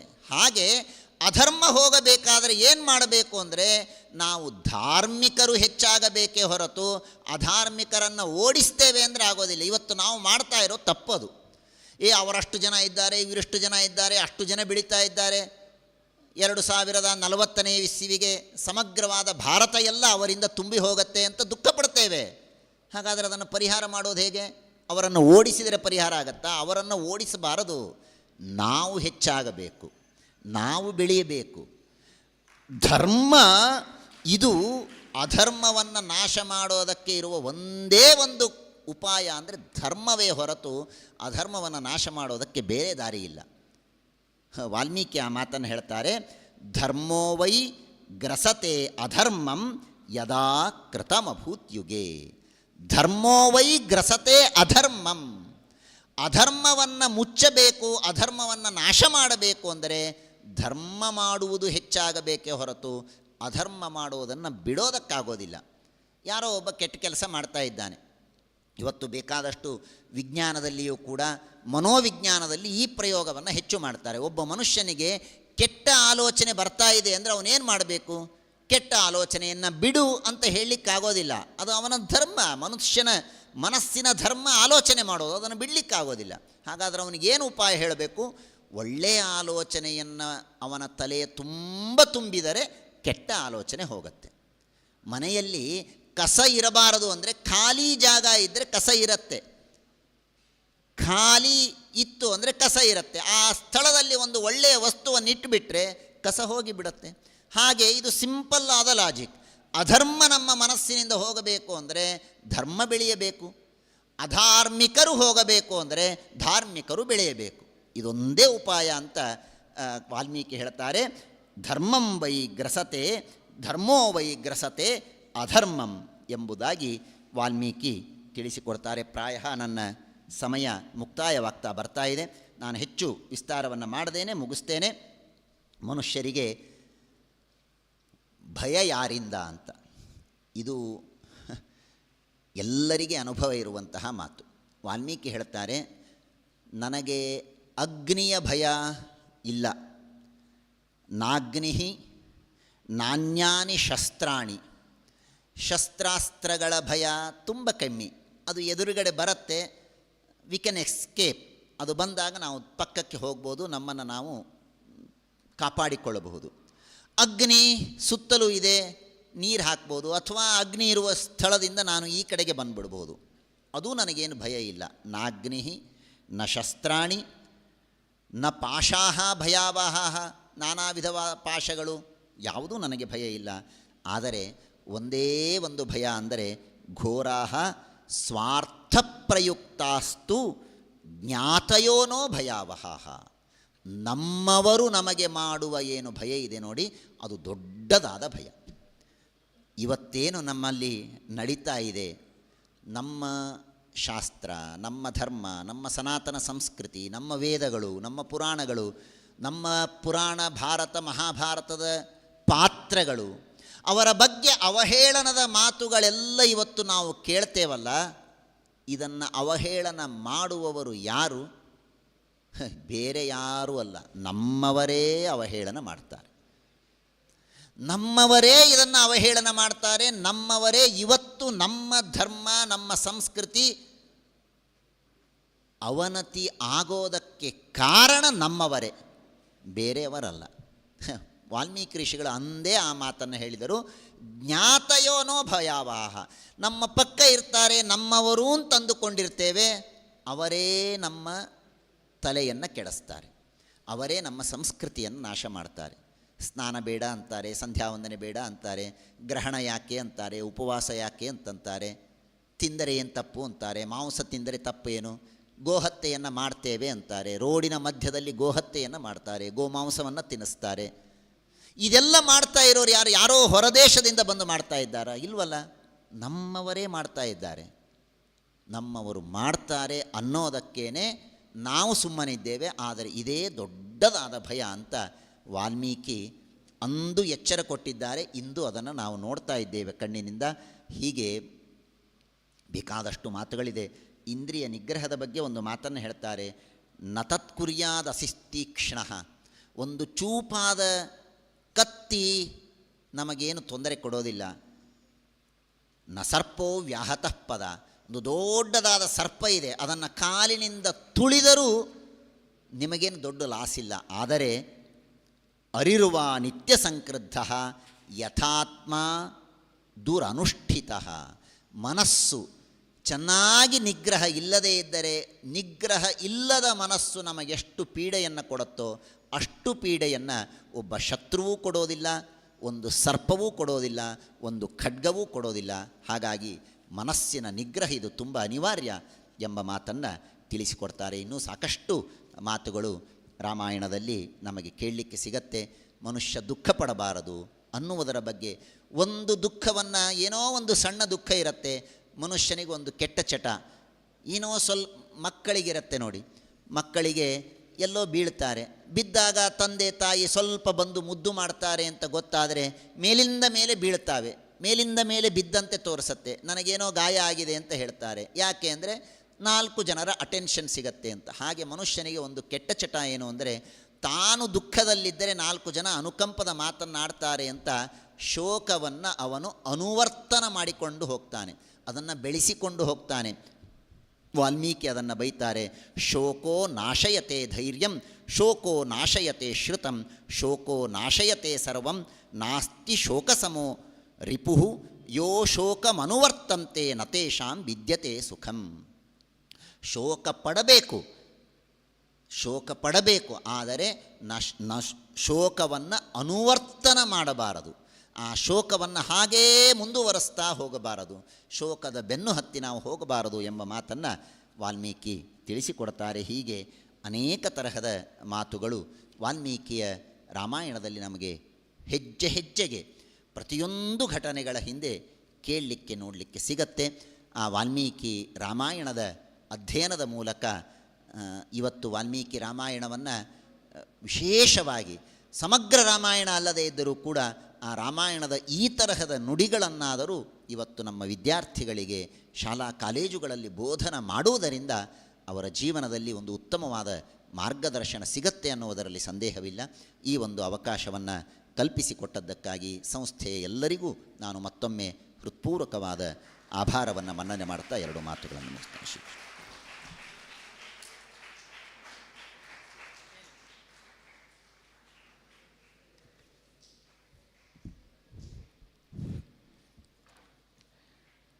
ಡಾಕ್ಟರ್ ವಿದ್ಯಾಧೀಶಾಚಾರ್ಯ ಗುತ್ತಲ್ ಮಹಾಭಾಗೇಭ್ಯಃ ಧನ್ಯವಾದಾः. ವಯಂ ಧನ್ಯಾः ತೈः ಕರ್ನಾಟಕಭಾಷಾಯಾम् ಅತೀವ सरलतया अस्माकं मनः यथा प्रफुल्लः भवेत् तथा रामायणे नीतिबोधः इति विषयमधिकृत्य विस्तारप्रबन्धरूपेण तत्र नैके विषयाः तत्र उपस्थापिताः. अस्माकं नैकविधाः दुःखाः भवन्ति. यदा दुःखं भवति तदानीम् अस्माभिः दुःखनाशार्थम् आत्महत्यादिकं क्रियते, तत्सर्वं न कर्तव्यं. दुःखं सर्वदा भवत्येव, अपि च बहुषु स्थलेषु औन्नत्यं भवति, बहुषु जनेषु औन्नत्यं दृश्यते. यदा औन्नत्यं दृश्यते तदानीं सर्वदा वयम् एवमेव स्मः इति अस्माभिः न भाव्यं यतोहि कदाचित् पतनमपि भवति अतः अस्माकम् औन्नत्यं जातमिति कृत्वा सर्वदा सन्तोषेण न भाव्यम् इतोपि सुखदुःखयोः समत्वेन चिन्तनं कार्यं यतोहि सुखं यथा भवति तथैव दुःखमपि आयाति इत्यादयः नैकाः नीतयः तत्र रामायणे बोधिताः अस्माकं जीवने अत्यन्तम् उपयुक्ताः ते सम्यक् निरूपितवन्तः विद्याधीशाचार्य गुत्तल महाभागाः तेभ्यः धन्यवादान् समर्पयामि वयं धन्याः इतः परं बरोडा महाराजा सायाजिराव विश्वविद्यालयस्य उपप्राध्यापिका श्रीमती श्वेता जजूर्कर् एषा स्वीयं प्रबन्धम् उपस्थापयति तस्याः प्रबन्धस्य विषयः एवमस्ति अभिनन्दकृतरामचरितम् एवं वाल्मीकिरामायणम् अनयोः तुलनात्मकम् अध्ययनम् इति एवं रीत्या वाल्मीकिरामायणम् अन्य कविभिः विरचित रामचरित्रेण साकं यदि वयं तुलनात्मकम् अध्ययनं कुर्मः तदानीं तत्र कः व्यत्यासः वर्तते अत्र कविना कथं कथितं तत्र कथं कथितम् इत्यादयः नैके विषयाः ज्ञायन्ते महत्त्वमपि ज्ञायते अतः स्वीयं प्रबन्धं मण्डयन्तु इति तां प्रार्थये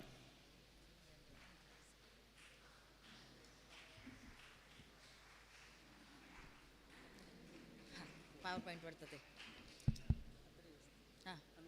अनुकूलमस्ति चिन्ता नास्ति अखण्डमण्डलाकारं व्याप्तं येन चराचरं तत्पदं दर्शितं येन तस्मै श्रीगुरवे नमः रामो राजमणिः सदा विजयते रामं रमेशं भजे रामेणाभिहता निशाचरचमो रामाय तस्मै नमः रामान्नास्ति परायणं परतरं रामस्य दासोऽस्म्यहं रामे चित्तलयः सदा भवतु मे भो Ram मामुद्धर. Respected Professor Gopabandhumishra ji, session chair of today's session, scholars on and off the dais of Sanskrit present here, invited guests and dear students. It's an attempt to present before you a work called Ramacharita by Abhinanda, based on Valmiki Ramayana.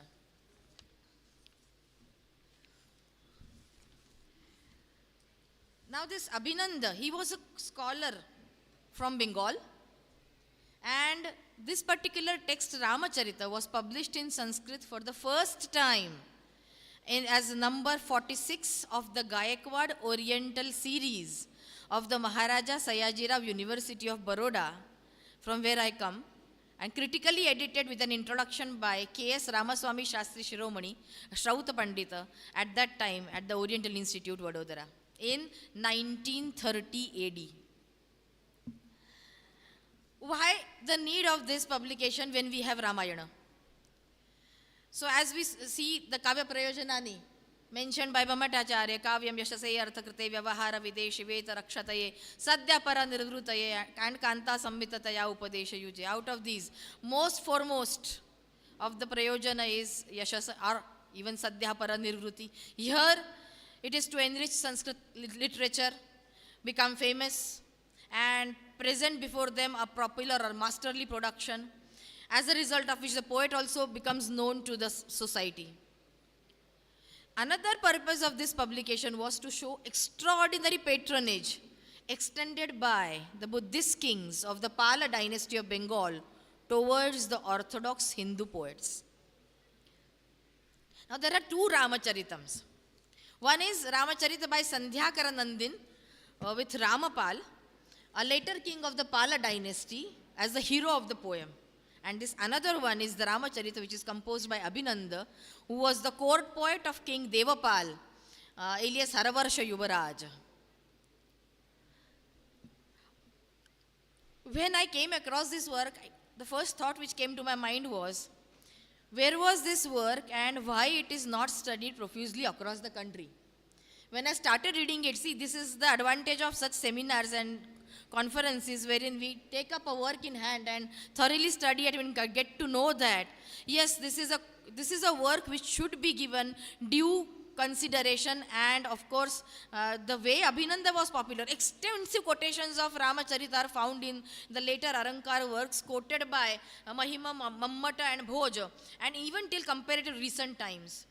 So if you look into the period where the quotations are found, we can see that Abhinanda must have hailed before 11th century AD, because quotations are profusely found between 11th to 15th century AD. Now this particular text is critically edited, as I mentioned earlier. The critical edition requires more than one manuscript to study. So here, is it visible? The PowerPoint is visible? Yeah. So it is based on 5 manuscripts. The first manuscript is a transcript which is prepared from a manuscript copy preserved in the Government Oriental Manuscript Library, Madras. The Madras copy is also a transcript prepared from a manuscript in Odia script, obtained from loan by Harihara Rajaguru of Chochi Nag Jagannathapuram in the Ganjam district, Madras. This manuscript contains sargas 1 to 40 by Abhinanda, and the 40th sarga is incomplete. Of course, this manuscript contains very good readings and is in good condition. The second one is obtained by the curator of Madras Library from Mumbai, Bombay. The readings of this manuscript were found noted down in transcript A, and the Bombay manuscript contains only 1 to 36 sargas. This was again mentioned by the curator in one of his letters. This is where we came to know. Then the third manuscript is preserved in the library of the Oriental Institute, Vadodara. This manuscript contains, as usual, again sargas 1 to 36. But it has in addition another recension of the last 4 sargas, that is 37 to 40, attributed to one poet called Bhima, or Bhima Kavi. So it abounds in many errors and omissions, especially in the last 4 sargas. So it was a very tough job to compile or create a critically edited text, complete text from 1 to 40 sargas. Then the 4th manuscript is obtained on loan from the Bikaner Palace Library. This also is fairly correct and well preserved, contains only 36 sargas. And the 5th one is a manuscript preserved in the Jain Bhandaras at Patan in Gujarat. This copy was discovered in the office of the translation branch of Vidyadheeshacharya office at Baroda and presented to the Oriental Institute. Just we know that the libraries collect manuscripts from different places. So this manuscript was collected by the Oriental Institute Baroda and by the translation assistant Mr. Manjulal Majumdar. It contains only 28 sargas. So it was practically useless for collation purposes, as the readings were similar from the 3rd manuscript from the Oriental Institute Vadodara, which was obviously a transcript prepared from it. So this is the information about how the critical edition of which manuscript has to be selected as Vulgate. Now about the introduction of the author Abhinanda, who is of the Mahakavya Ramacharita. He was also popularly known by Abhinanda, Abhinandana, Gauda Abhinandana, Shatananda, Arya Vilas and Vilas. So several names were popular as far as this Abhinanda is concerned. And later writers have mentioned him as a poet equal to the status of Kalidas and Banabhatta, and Vakpati Raj also, and they have showed the respect by quoting verses of Abhinanda's Ramacharitam in their compositions. However, while studying, I found that not all verses are traced back to Ramacharitam, so there might be some other stray compositions made by the author which did not reach to us in the present times. Now, these later works of Abhinanda can be divided into 3 distinct classes. One is anthologies, then second is the creative poems and alankar works, and the third is scholastics works and stray compositions. Just for your reference, I have mentioned there are 4 anthologies. Kavindra Vachana Samuchaya. This is a Sanskrit anthology edited by Dr. F.W. Thomas in 1912. At least 5 verses are quoted from Abhinanda in this anthology. Second is Sadukti Karnamruta of Srihara Das, published by Mahapatishat Ramavatar Sharma, Sahityacharya of Patna. Here 22 verses of Abhinanda are ascribed. However, in Ramacharitam we find only 2. Then the third is Sukti Muktavali, which is compiled by Ahoraka Bhagadat Jalhana, 13th century. It consists of 3 verses of Abhinanda. And Sargadhara Paddhati, Sharangdhara Paddhati of Sharangdhara in 14th century, it contains 4 verses attributed to Abhinanda. So this is a suggestion that there are other works and texts ascribed to Abhinanda which were quoted by different scholars at different times. Then as far as creative works and Alankar works are concerned, we find Shodhala mentioning Abhinanda in Uday Sundari Katha, the Champu Kavya, and at several places as one of the best poets. Then Someshwara Datta also mentions in Kirti Kaumudi merits of Abhinanda in the most flattering terms. Kshemendra in his Surat Tilakam Kavyamala mentions one Abhinanda's fondness for Anushtup in composition. He says, Anushtup satata sakta sabhinandasya nandini vidyadharasya vadane gulikeva prabhava bhuhu. So it is, so Abhinanda was popular for his Anushtup that is mentioned by Kshemendra. However, while looking into the different meters into the 40 sargas of Ramacharitam, we find that not only Anushtup, but Abhinanda has dealt with Upajati, Indravajra, Vasantatilaka, Malini, Shardul Vikridit, Srakdhara, Prithvi, Shikharini, and many more verses apart from the Matra Chandas. So, the third is scholastic verse and stray compositions. Ujjvala Datta in his Unadi Sutra Vritti quotes at least 4 verses of Abhinanda. 3 can be traced back. Sarvananda, who is a Bengali commentator on Amarakosh, refers to Abhinanda twice in his works. Raya Mukuta refers to 3 verses of Abhinanda. This is just to mention that the popularity of Abhinanda between the 11th to 15th century was great, and that is why he was stated as a poet with equal status to Kalidas and Banabhatta. Here it is mentioned, Vagishwaram hanta bhaje binandam martheshwaram vakpatirajamide raseshwaram staumi chakalidasam banantu sarveshwaramanatosmi. So here is compared to the earlier popular scholars. Now this plot of Ramacharitam shows that Abhinanda is a pious Hindu and believer in the Puranic form of religion. There is a description of several incarnations of Vishnu, the birth of Brahma from his navel, and the begging of Shiva in spite of his friendship with Kubera, the Lord of Wealth, also makes this author a firm believer in the Puranic religion. The peculiarity of this scholar is that he believes that Shiva and Vishnu represent the 2 halves of the same God who is one. So mostly propounding Advaita, thus suggesting that it is not wise to worship one and hate the other. This might be his effort to bring together maybe 2 sects. So in Ramacharita, this idea is expressed twice through the mouths of Jambavan and Mandodari. It is stated here, Dhruvam vinamune danir mardhe nardhendu shekharaha divisidati shunyanam dhatraika surudadhritaha. And another verse states, Ardhe pumsah puranasya devau hariharavubhau ekam tatra prapannasya pradveshah kastavapare. Then his work portrayed that he was a strict follower of Atmavad of the Upanishads, as explained in the Advaita school of philosophy, wherein it is stated, Tattvamekam yadatmeti jagade tat prachakshate tatonyah kastavanito yastata vishayashchucha. In continuation to the dialogues between the characters, such verses are found which show that Abhinanda's line of thought or his attitude towards monism. He also advocated that Dvaita was not correct, that the goal of man is to identify the Jiva with the Brahman. That's his opinion, and as interpreted also by K.S. Ramaswamy Shastri. Prashanta khila kallole kaivalyamruta varidhau majja majja sikim Dvaita grahksharabdi vichishu. So he says that he should visualize nothing except Brahman in this whole universe. So his inclination towards the Ekatmavad is clearly seen in his texts. Then when we consider about how The imagination of the author develops when he quotes or takes the story or plot from Ramayana.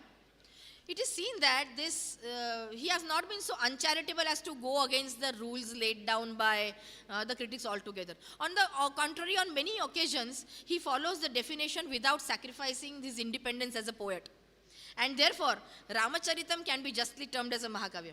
So, very beginning of Ramacharita marks out Abhinand as an independent thinker and as a respecter of lifeless conventions. He introduces his hero Rama not as a child, but as a grown-up man in a state of great mental anxiety, awaiting the arrival of Sugriva, whom he thought to be an ungrateful friend, and who was to be sent to Lanka in search of his sweetheart at the close of the rainy season. So this is how, so it begins with the mid of Kishkinda Kand and ends up to the Yuddha Kand.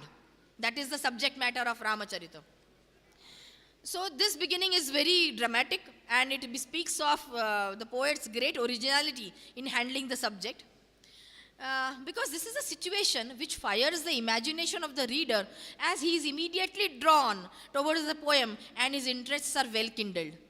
So this shows moreover the poet's fondness also for Vipralamba Shringara. So Ramacharitam begins with Vastu Nirdesha instead of Ashir and Namaskriya. Besides this, the description of city, oceans, mountains, seasons, rise of the sun and the moon, etc., which is found as a characteristic of a Mahakavya, they are all met in this poem, and appropriate places as defined by the rhetoricians, and hence this poem is full-fledged termed as a Mahakavya. The practice obtained here is, however, that the sargas, they are characterized at the end of the sarga by the term Abhinanda, either in the form of a noun or a verb. In each canto, when he becomes much enthusiastic over his fluency of expression or the excellent arrangements of the words and forgets himself.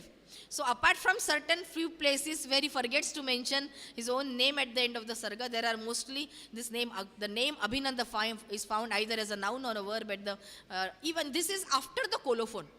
At 2 or 3 places we find in his 40 sargas that it is pre-colophon the word Abhinanda in the last verse, while after the colophon many places 1 or 2 verses are given which contains the term Abhinanda. This is very different from the other Mahakavyas when we study it from the point of view of Mahakavya. Then if we look into the style, it is of course Vaidarbhi. At many places we find very simple, charming and bold style which is exactly in conformity with the Vaidarbhi style. And though occasionally we find across some long compounds, but the text does not lose prasad or madhurya or saukumar and audarya, which are stated to be the features of the life of the Vaidarbhi style.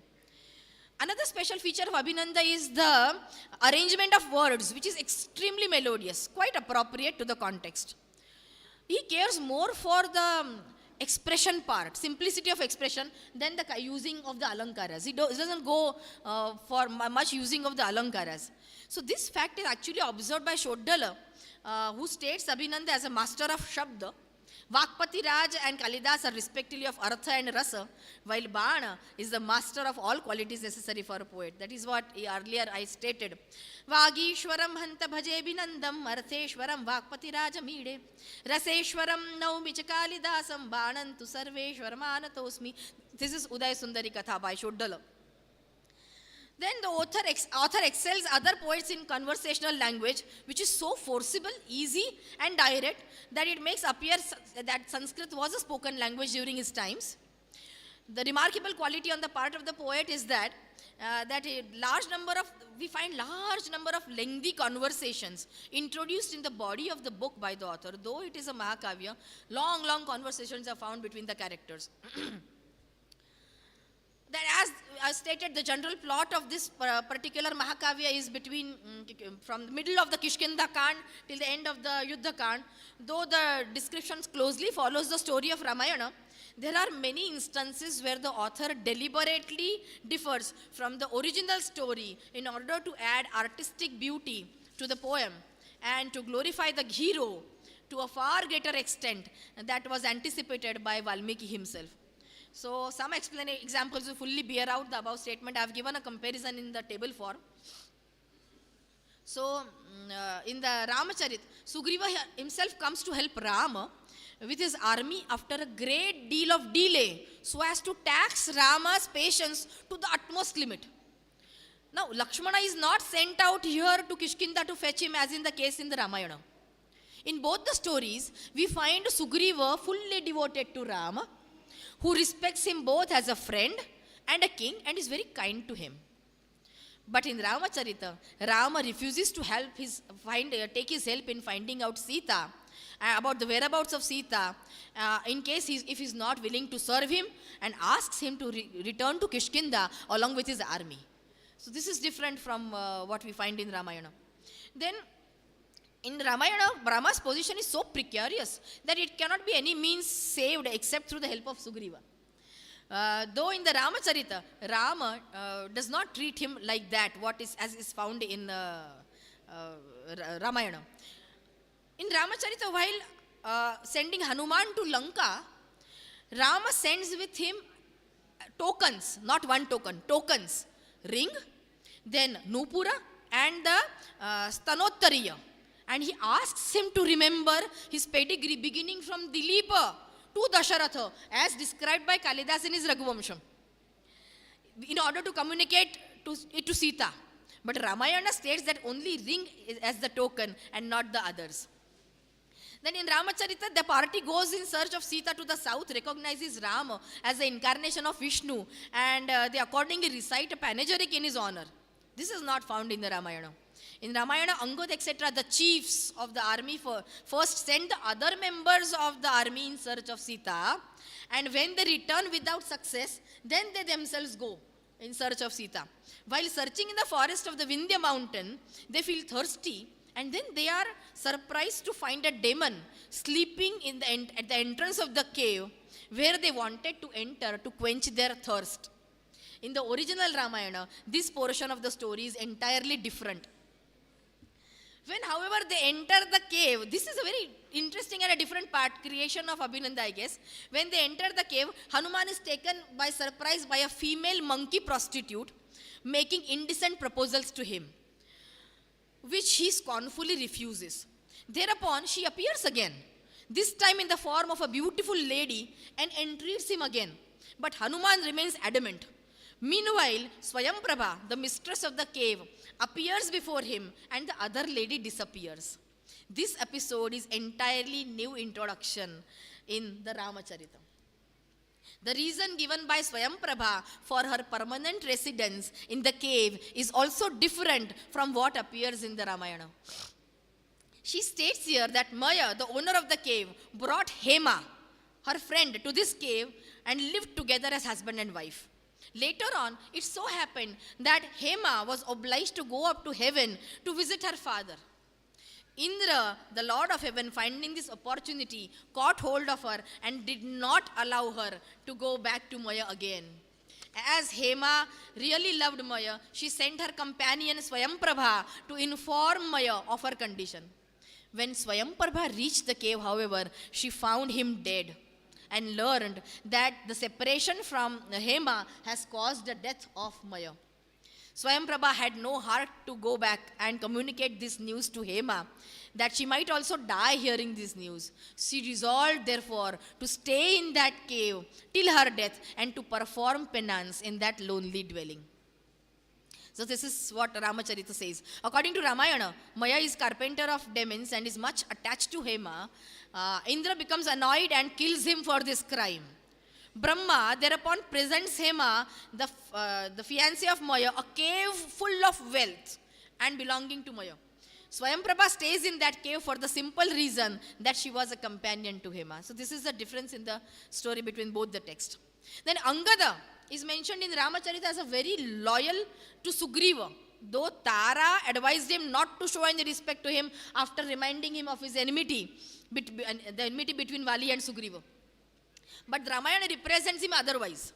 It is stated in the Ramayana that owing to the influence of Hanuman, Angada did not venture to betray Sugriva completely. Angada is represented in the Ramacharita as quite able to cross the sea and return back after finding out the residences of Sita in case others are not prepared to do so. Jambavan pleads here in favor of Hanuman and asks Angada not to interfere in the matter as he was the commander-in-chief. But in Ramayana, Angada, though a chief, is represented to express his inability to cross over Lanka. While crossing the sea, Hanuman meets Sarma first and then Mandara mountain. But in Ramayana, Mandara precedes Sarma. Small changes here and there we find. After the departure of Vibhishana from Lanka, in order to join Rama, Mandodari in the Ramacharita gives a long lecture to Ravana on political affairs. This is not met with in the Ramayana. So as per the time changes, you can see how the characterization also changes and how the female characters, even Mandodari is giving a lecture to Ravana on the political affairs. In Ramacharita, Vibhishana consults one of his brothers, Kuber, on the matter of joining Rama's army and does so on his advice. But in Ramayana, the case is otherwise. The Ramacharita represents Vibhishana encouraging and explaining to Sugriva a number of high philosophical doctrines when the latter was weeping for the loss of Rama and his army due to the Nagapash of Indrajit.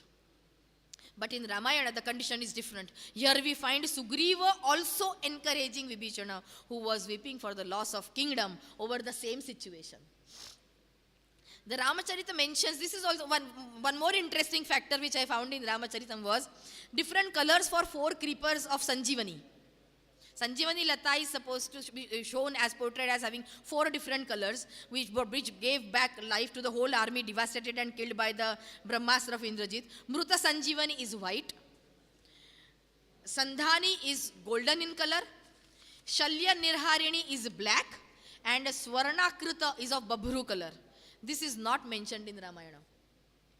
It is not very difficult to discover why the author of Ramcharita deliberately changed, distorted, elaborated or shortened the original story contained in the Ramayana.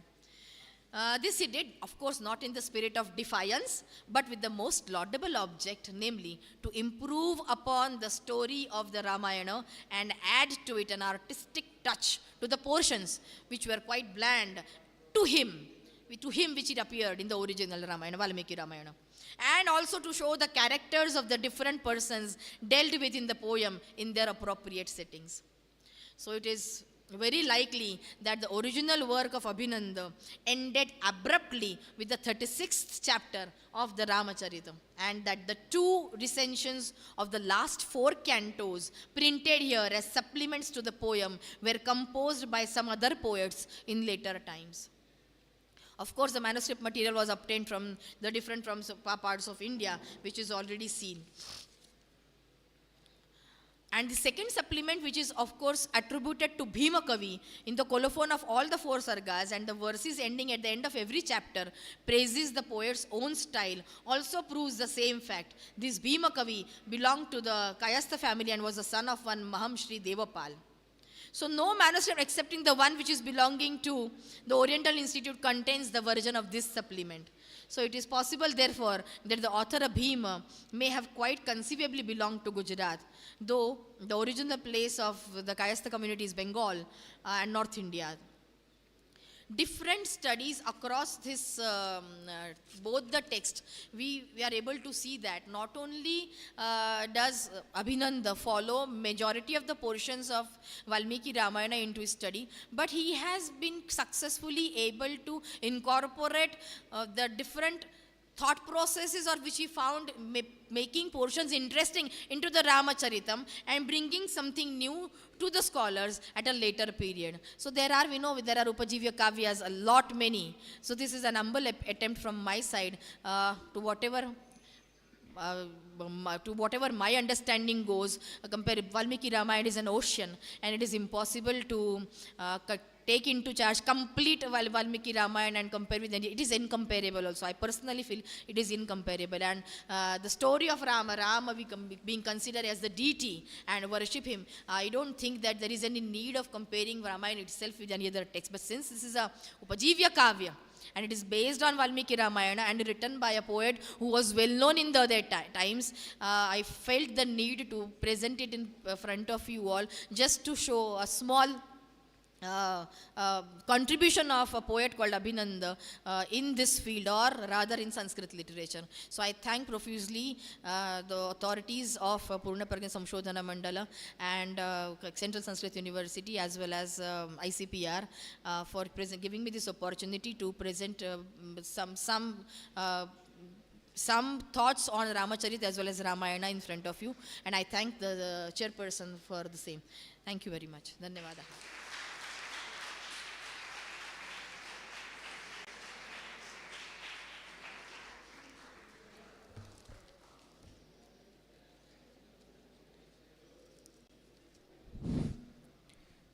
Shrimati Shweta महाभागा अभिनंदकृत रामचरितस्य एवं वाल्मीकिरामायणस्य च वैलक्षण्यं किमस्ति इति बहुधा आङ्ग्लभाषया निरूपितवती।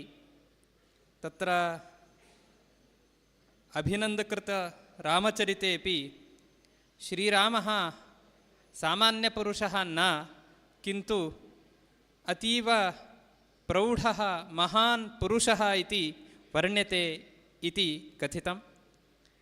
एवं तत्र अंगदे तत्र सागरं तर्तुं कः समर्थः इति जिज्ञासायाम् अंगदः समर्थः इति रामचरिते कथ्यते, परन्तु रामायणे अंगदः गन्तुं समर्थः पुनरागन्तुम् असमर्थः, सः समर्थः हनुमान् एव भवति इति वर्ण्यते इति। एवं रीत्या नैके तत्र नैकविधाः वैलक्षण्याः दृश्यन्ते इति बहु सुन्दरतया सरलतया निरूपितवती। तस्यै संस्थातरे द्वारा धन्यवादाः समर्प्यन्ते। वयं धन्याः। इतः परम् अध्यक्षस्थानम् अलङ्कृतवन्तः गोपबन्धुमिश्राः स्वीय अध्यक्षभणित्या अस्मान् तोषयन्तु इति प्रार्थ्यते।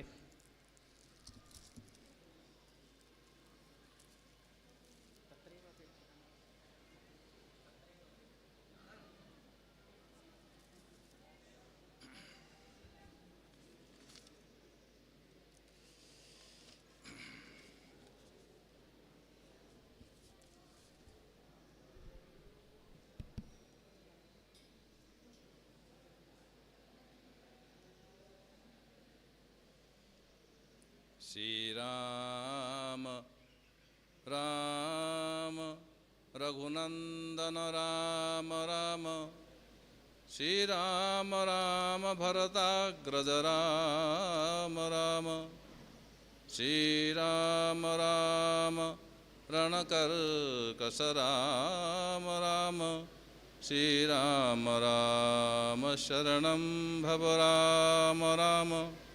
सच्चिदानन्दरूपाय विश्वोत्पत्त्यादिहेतवे तापत्रयविनाशाय श्रीकृष्णाय वयं नमः।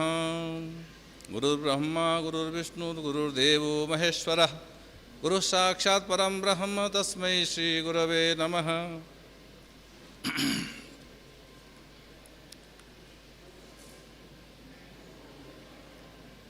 पूर्ण प्रज्ञ विद्यापीठम ICPR किंच केंद्रीय संस्कृत विश्वविद्यालय इति महत्वपूर्ण संस्थात्रयस्य संयुक्त तत्वावधानेन आयोजितायां श्रीमद् रामायण अंताराष्ट्रीय संगोष्ठ्याम् अस्मिन् सत्रे ये अस्माकं पुरतः विद्यमानाः मंचस्थाः महनीयाः विद्वांसः विदुष्यश्च, तेषु श्रीमती मधुराम्बिका महोदयाः चेन्नईतः यतिराजमहाविद्यालयस्य उप-प्राध्यापिका महोदयाः, तथा च श्रीमन्तः विद्याधीशाचार्याः विश्वमध्व महापरिषद संशोधन परिषदः मान्याः निदेशक महोदयाः, अत्रत्याः तथा च प्रोफेसर् श्रीमती श्वेता जजुर्कर् महोदयाः अस्माकं सुपरिचिताः। पूर्वं मम सौभाग्यम् अस्ति तत्र किञ्चित् कालं यावत् कार्यं कर्तुं भगवता अवसरः प्रदत्तः आसीत्।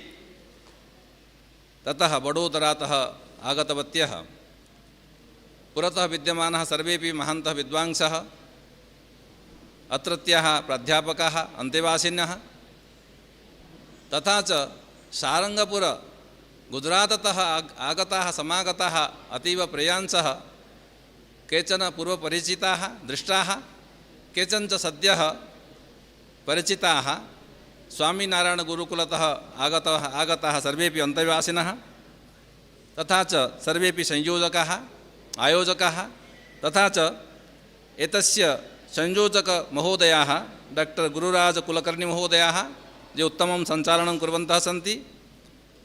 सर्वेषां कृते हार्दं स्वागतम् अभिनन्दनं च व्याहरामि।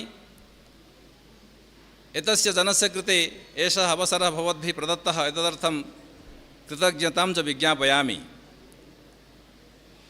विदुषां पुरतः आध्यक्षं कर्तुं क्षमतायाम् असत्यमपि भवद्भिः एषः अवसरः दत्तः, एतदर्थं पुनरपि एकवारं कृतज्ञतां विज्ञापयामि। आदौ अध्यक्षरूपेण अध्यक्षं निर्वहन् एषः जनः किञ्चित् वक्तुकामः, अनन्तरं रामायणम् आश्रित्य किञ्चिदेव उक्त्वा महान्तः कालः सञ्जातः विरमिष्यामि। आदौ श्रीमती मधुराम्बिका महोदयाः प्रस्तुतवत्यः आदिकाव्ये सूर्यचन्द्रौ अधिकृत्य उपमा अलङ्कारः। अनन्तरकाले यथा महोदयाभिः उक्तम् उपमा कालिदासस्य इति प्रसिद्धा उपमायाः कृते अपि कथं सूर्यचन्द्र इति विशिष्टतया, यद्यपि अपरेषु विषयेषु अपि अस्ति, कथं सूर्यचन्द्र इति द्वयम् उपमानरूपेण प्रस्तुत्य कथं सर्वेपि तत्तत् पात्राणि सर्वाणि पात्राणि अपि कथं तुलितानि सदृश्यकारणमुखेन तया दृष्ट्यापि उत्तरवर्तीनां कवीनां कृते रामायणम् उपजीव्यतं साधयति। अर्थात् उपमा बलेन कथं बिंब निर्माणं भवति, कथं कल्पना भवति, चित्रं पुरतः उपतिष्ठते। बहुभ्यः घटिता कथा, बहुभ्यः वर्षेभ्यः चरितानां द्वारा चरितानि आचरितानि विशिष्टानि तत्त्वानि तानि पुरतः आगच्छन्ति। तत्र किमर्थं सूर्यचन्द्रौ इति महोदयाः तथा उक्तवत्यः।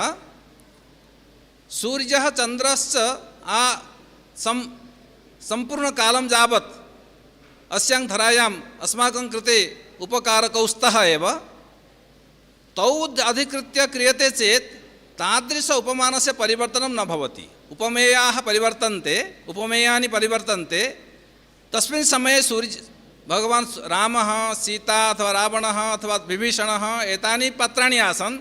उत्तरकाले कदाचित् रघुवंशे दिलीपः, तदुत्तरकाले कदाचित् श्रीकृष्णः वा एवं क्रमेण। अर्थात् प्रस्तुतानि पात्राणि परिवर्तन्ते। अप्रस्तुततया विद्यमानानि उपमानानि तेषु सूर्यचन्द्रवत् स्थायीरूपेण विद्यमानानि सन्ति। तेषां वर्णनद्वारा निरन्तरतया कालम् अतिक्रम्य सहस्राणि वर्षाणि अतिक्रम्य अपि विषयः पुरतः उपस्थापयितुं शक्यते। सूर्यचन्द्रयोः निरन्तरत्वात् स्थायित्वात्। अतः तादृश उपमानबलेन यः बिम्बः प्रस्तूयते काल स्थान पात्र निर्विशेषेण अनन्तकालं यावत् सः विषयः पुरतः उपस्थापयितुं शक्यते। इतरम् अश्वः, रथः एवं भिन्न एवं लौकिकम् उपमानं स्वीक्रियते चेत् तेन बलेन कदाचित् स्थायित्वं न आयाति, अतः सूर्यचन्द्रयोः उपमानत्वं नाम किञ्चित् स्थायित्वं तेन कारणेन अपि रामायणस्य उपजीव्यत्वम् अपि दृश्यमानम् अस्ति इति एषः महत्त्वपूर्णः विषयः महोदयाभिः उपस्थापितः। तदर्थं धन्यवादं विज्ञापयामि। द्वितीयं पत्रम् आसीत् रामायणे नीतिः महोदयानां श्रीमतां श्री विद्याधीशाचार्यपादानां अवगतवान्।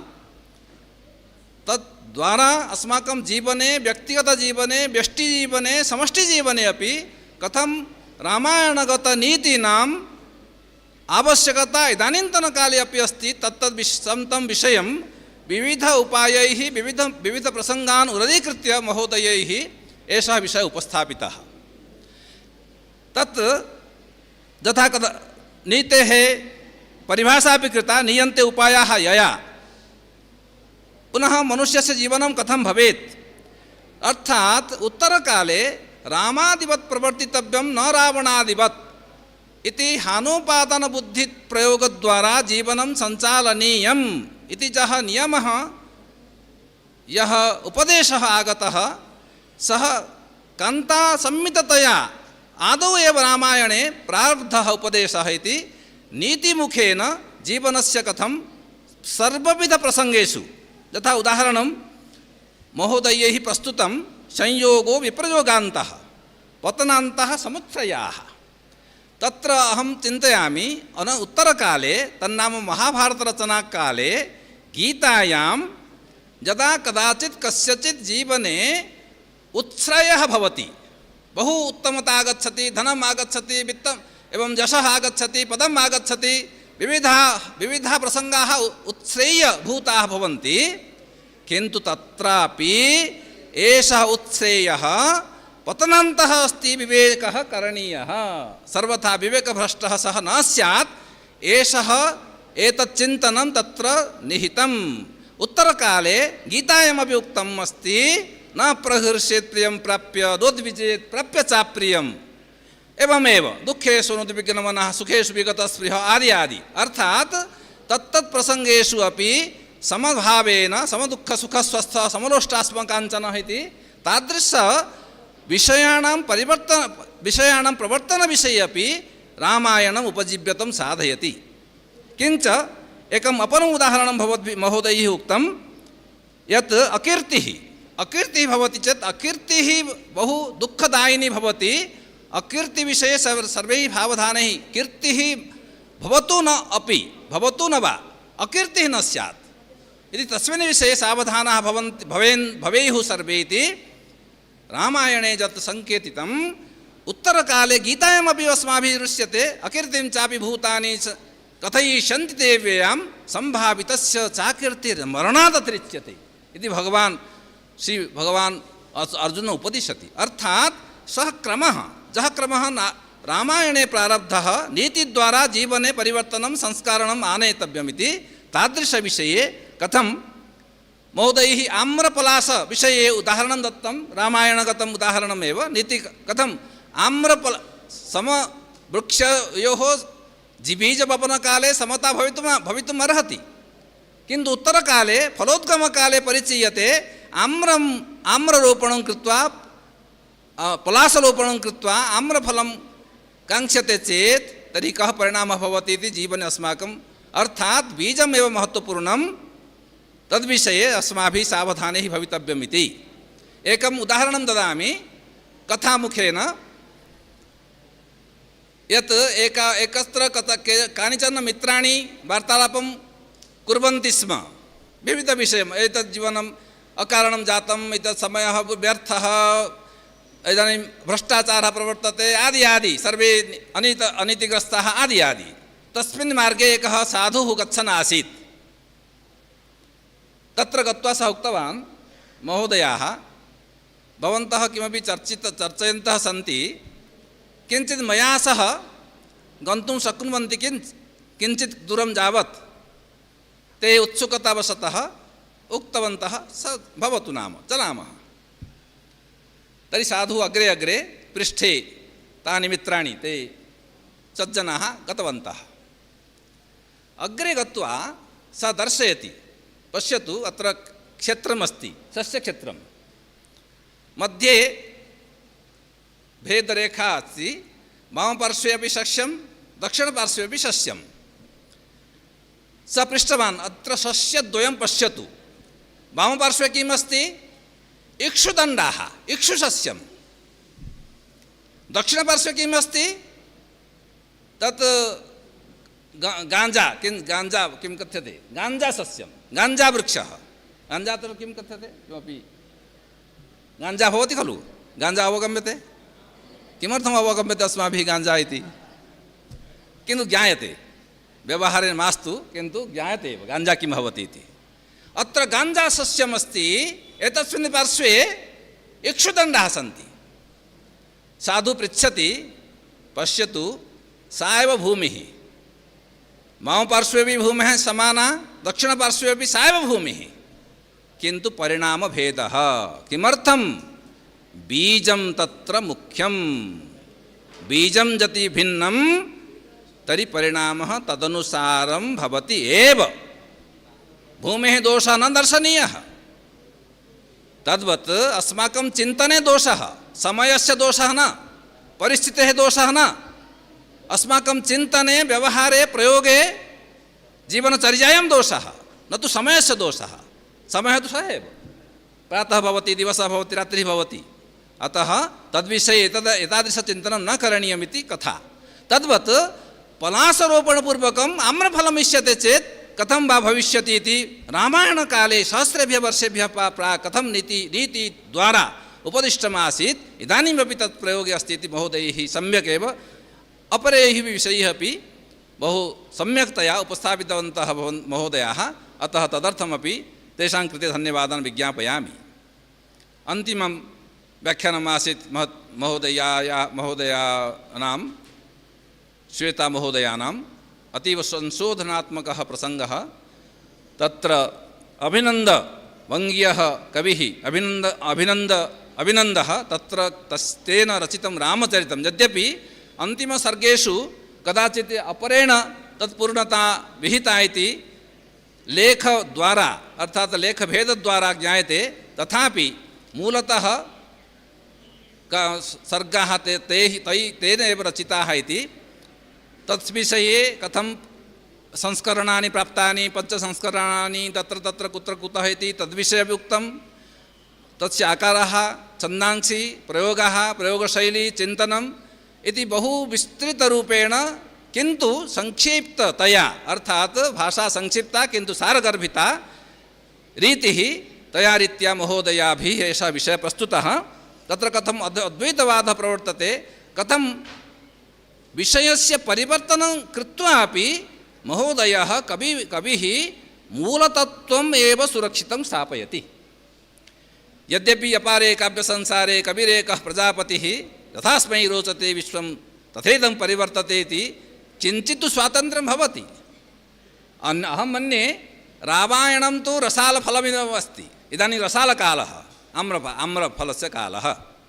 रसालबीजमिव अस्ति भिन्न इदानीं सहस्रेषु वर्षेषु विविधप्रान्तेषु विविधभाषायां न केवलं संस्कृतभाषायाम् अपि तु विविधभाषायां रचितानि इदानीं तस्यां सङ्गोष्ठ्याम् अन्ताराष्ट्रीयसङ्गोष्ठ्यां विविधाः विषयाः आगताः विविधासु भाषासु विविधरीत्या कथं वर्णनम् आगतं तत्र किं स्वातन्त्र्यम् आगतं किन्तु एकवारं विद्यानिवासमिश्रमहोदयानां एकः लेखः मया पठितः आसीत् तैः लिखितम् आसीत् रामायणं गङ्गोत्री इव अस्ति उत्तरकाले काश्यां गङ्गा प्रवहति सापि गङ्गा किन्तु तस्यां गङ्गायाम् अनेक जलप्रवाहाः मिश्रिताः गङ्गोत्री अस्ति चेत् गङ्गानामकरणं सततप्रवाहद्वारा प्रवाहनित्यताकारणेन सापि गङ्गापदवाच्या भवति अर्थात् उत्तरकाले बहूनि स्रोतांसि आगतानि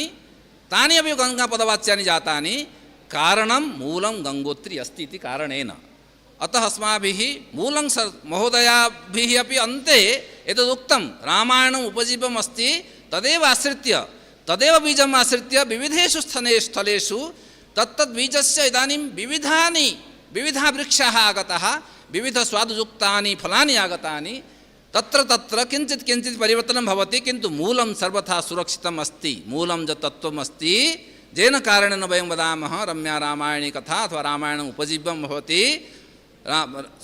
किं रामायणं सर्वथा आदिकाव्यम् अस्ति, येन कारणेन वदामः तत्र तत्र महोदये कविना आदि तत् अभिनन्देन अंगदविषये पुनः टोकेन्स् तत् संकेतः प्रेषितः तत्र इतरमपि योजितं, नूपुरमपि योजितं, पुनः उत्तरीयकमपि योजितं। तत्तत् कल्पनाद्वारा इतोपि अभिज्ञानं भवतु।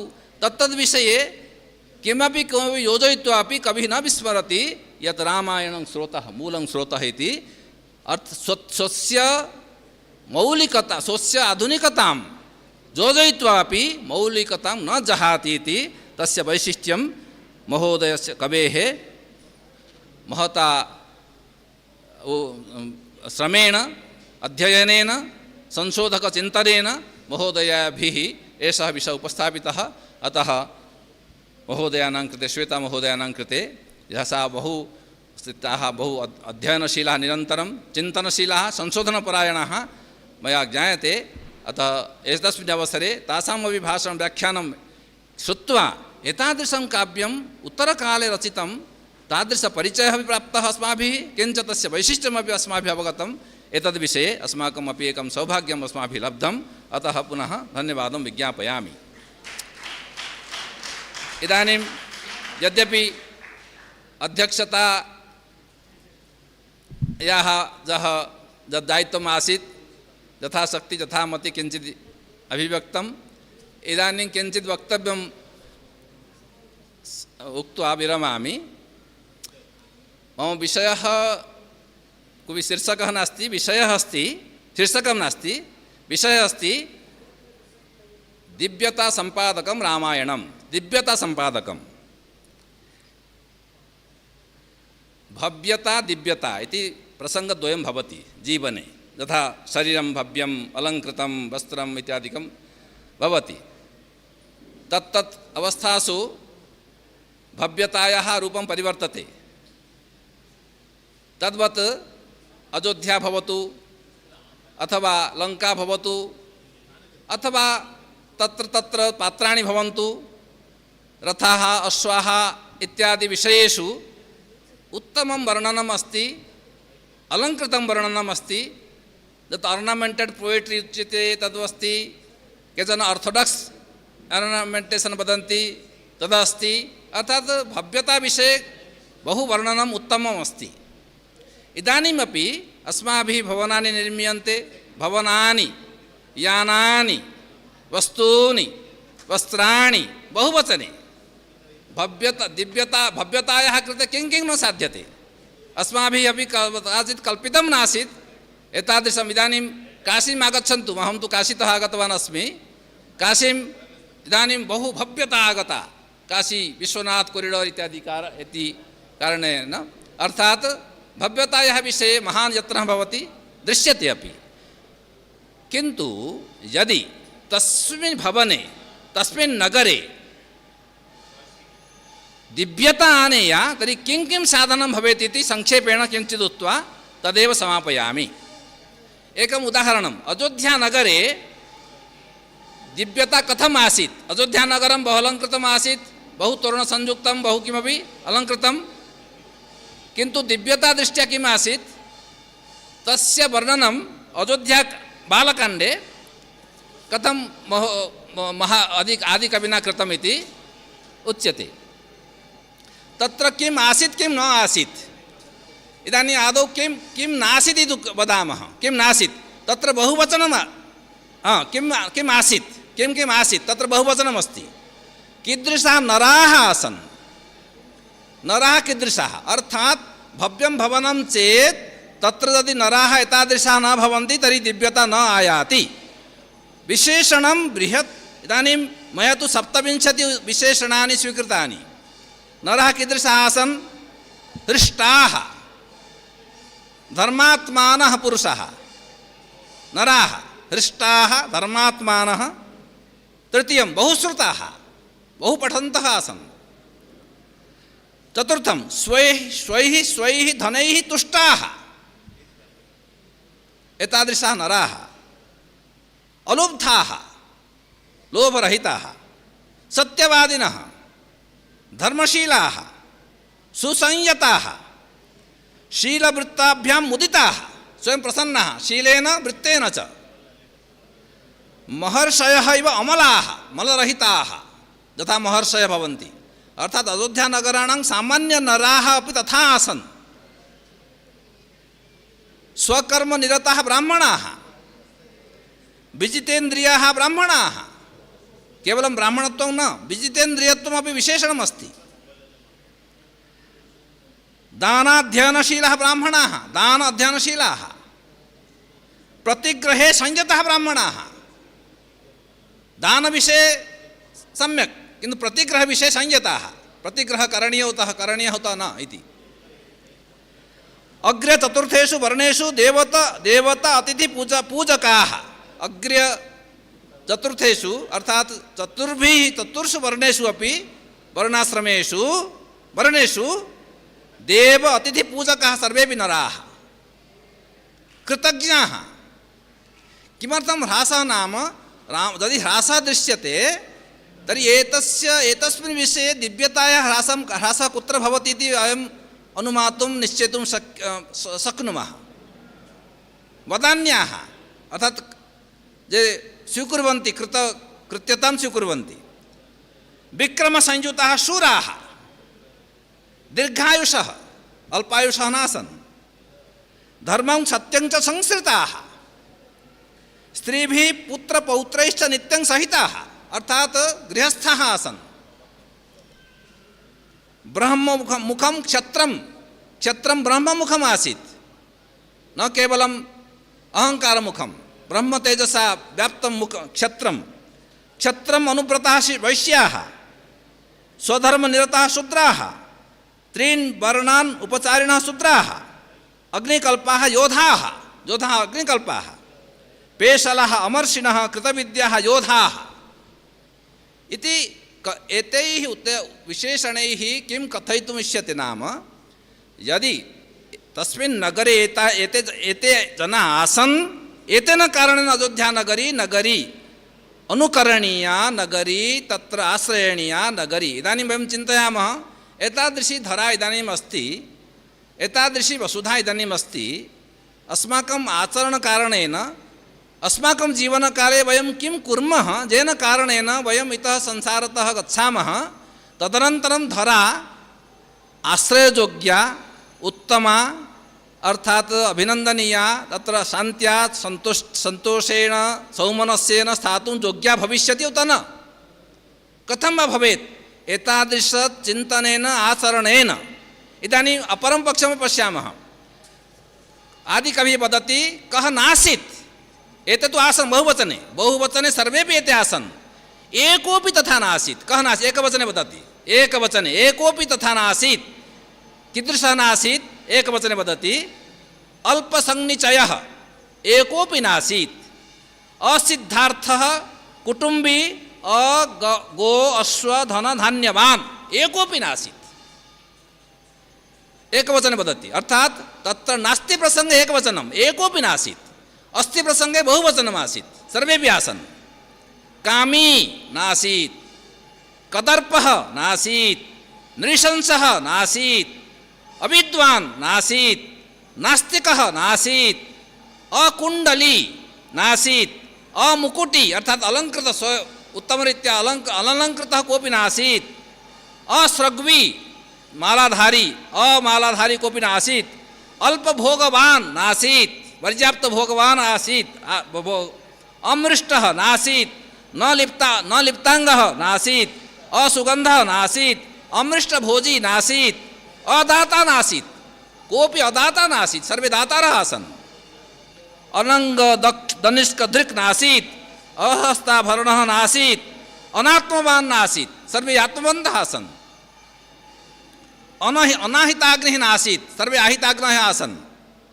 अयज्वा नासीत् क्षुद्रः नासीत् तस्करः नासीत् अवृत्तः नासीत्, शङ्करः नासीत्, वर्णशङ्करः कोऽपि नासीत्, शङ्करः अनृति मिथ्यावादी कोऽपि एकोऽपि नासीत्, अबहुश्रुतः एकोऽपि नासीत्, बहुश्रुतता सर्वत्र आसीत्। अर्थात् एतस्मिन् प्रसङ्गे दिव्यता केवलं दिव्यता भवतु, दिव्यं जीवनं भवतु इति वयं चिन्तयामः, तत्र कानि साधनानि तेषां विषये एतद् यदि मानकं भवति, एतादृशाः तत्र नरः भवन्ति, तर्हि स्वतः एव तद् भवनं, तद् नगरं, तत् स्थलं, तद् जीवनं सम्यक्तया दिव्यं भवति। अन्यथा केवलं भव्यता भवति, बहिः आडम्बरः भवति, अन्तः शून्यता आगच्छति इति संकेतः रामायणे विद्यते।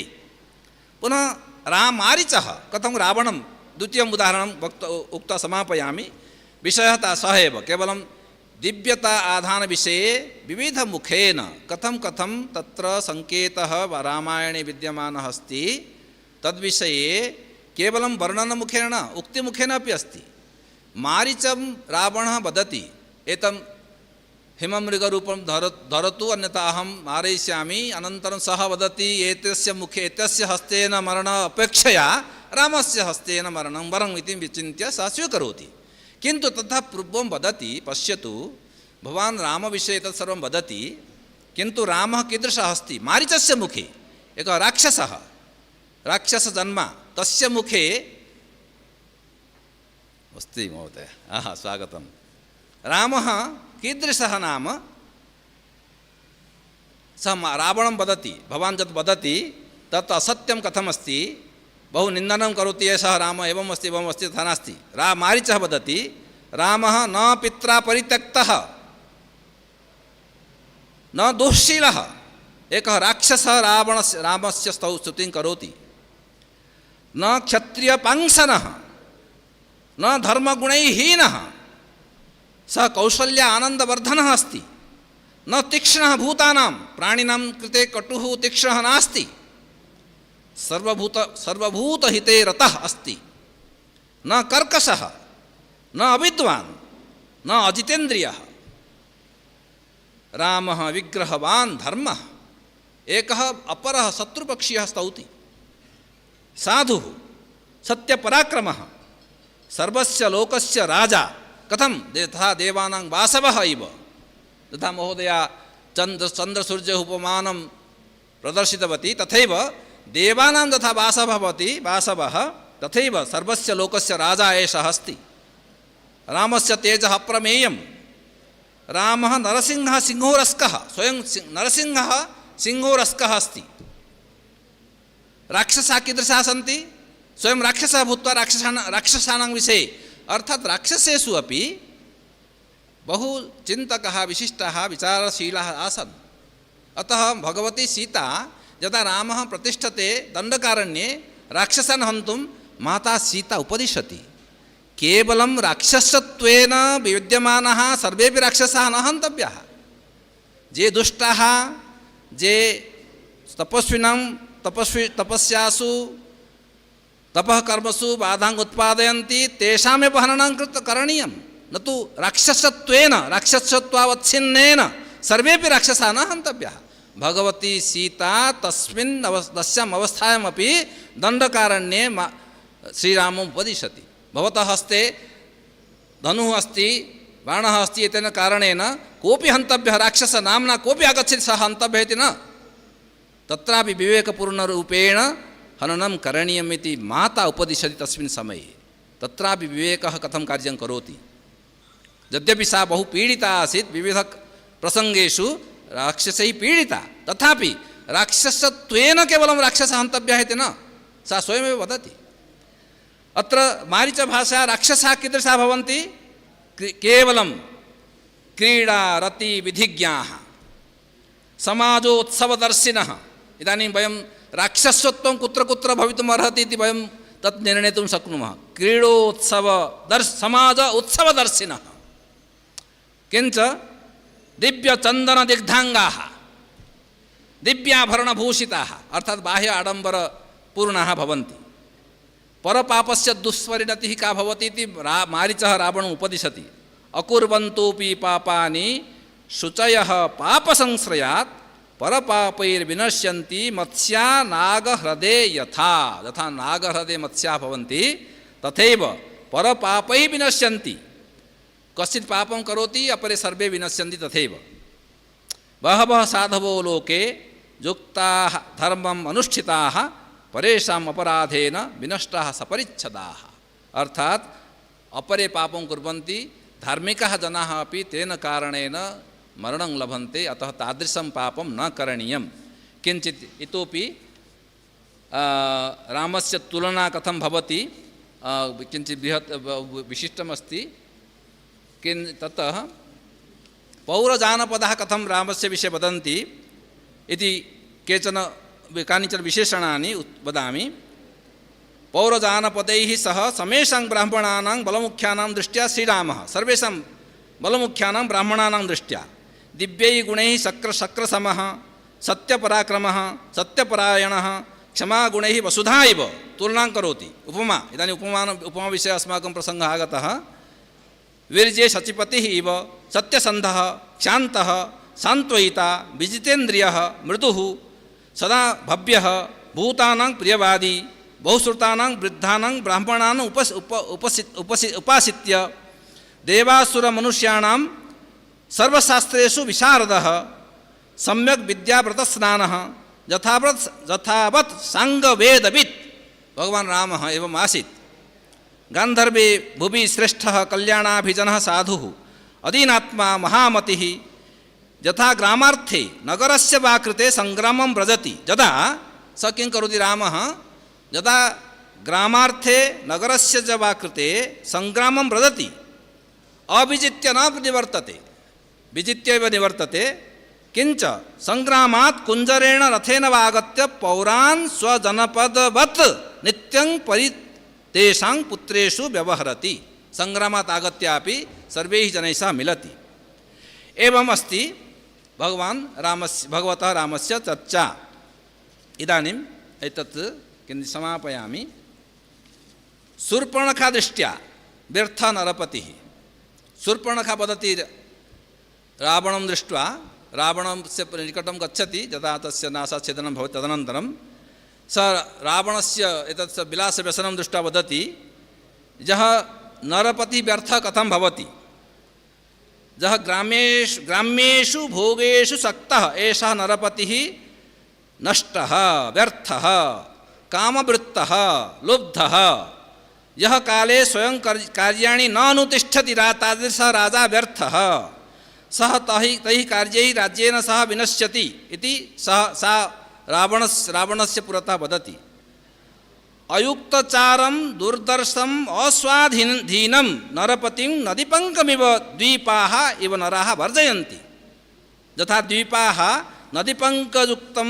नदीपङ्कं वर्जयन्ति तथैव नराः अपि एतादृशं नरपतिं वर्जयन्ति ये नराधीपाः अस्वाधीनं विषयं न रक्षन्ति ते वृद्ध्या न प्रकाशन्ते यथा सागरे गिरयो यथा सागरे गिरयः भवन्ति किन्तु तेषां प्रकाशः न भवति किञ्च अयुक्तचारः चपलः बालस्वभावः बुद्धिहीनः नरपतिः व्यर्थः अयुक्तचारः चपलः बालस्वभावः बुद्धिहीनः नरपतिः व्यर्थः नरपतीनां कोड ऑफ कंडक्ट एतस्मिन् विषये कथं सा वदति येषां नरेन्द्राणां चाराः अस्वाधीनाः कोशः नयश्च अस्वाधीनः तैः प्राकृतैः जनैः समाः सामान्यैः जनैः समानाः तेषां द्वारा किञ्चित् कार्यं न भवति शुष्ककाष्ठैः लोष्ठैः पांशुभिश्च कार्यं भवेत् किन्तु स्थानात् परिभ्रष्टैः वसुधाधिपैः कार्यं न स्यात् स्थानात् ये परिभ्रष्टाः ते वसुधाधिपाः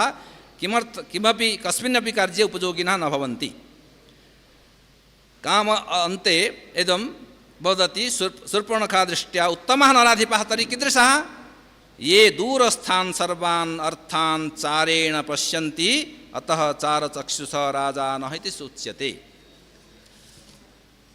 एवं क्रमेण बहु विशालं तत् अस्ति।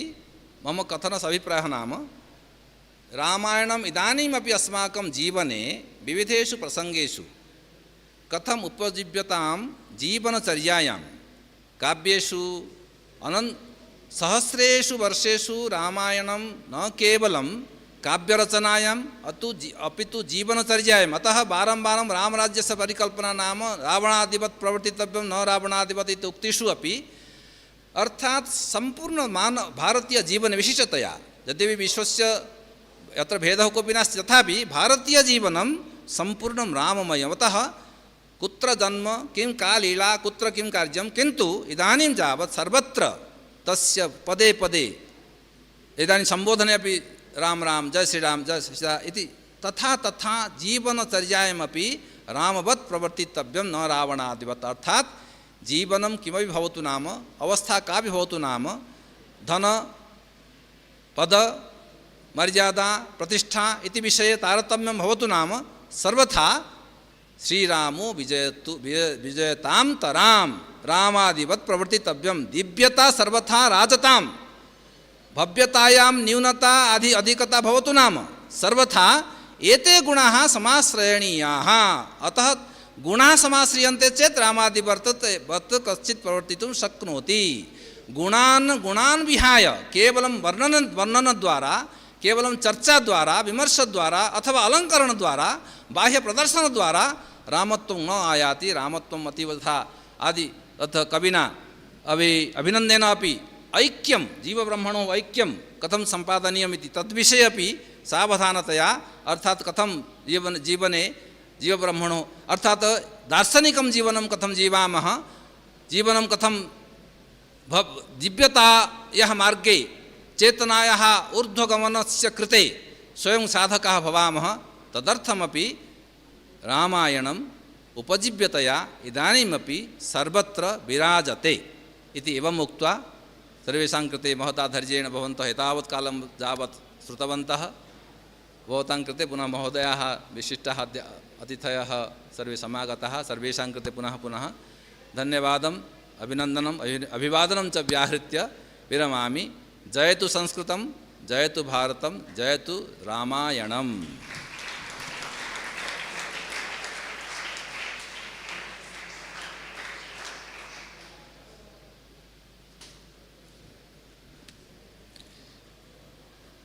रामादिवद् वर्तितव्यं न रावणादिवत् इति भणिति दिशा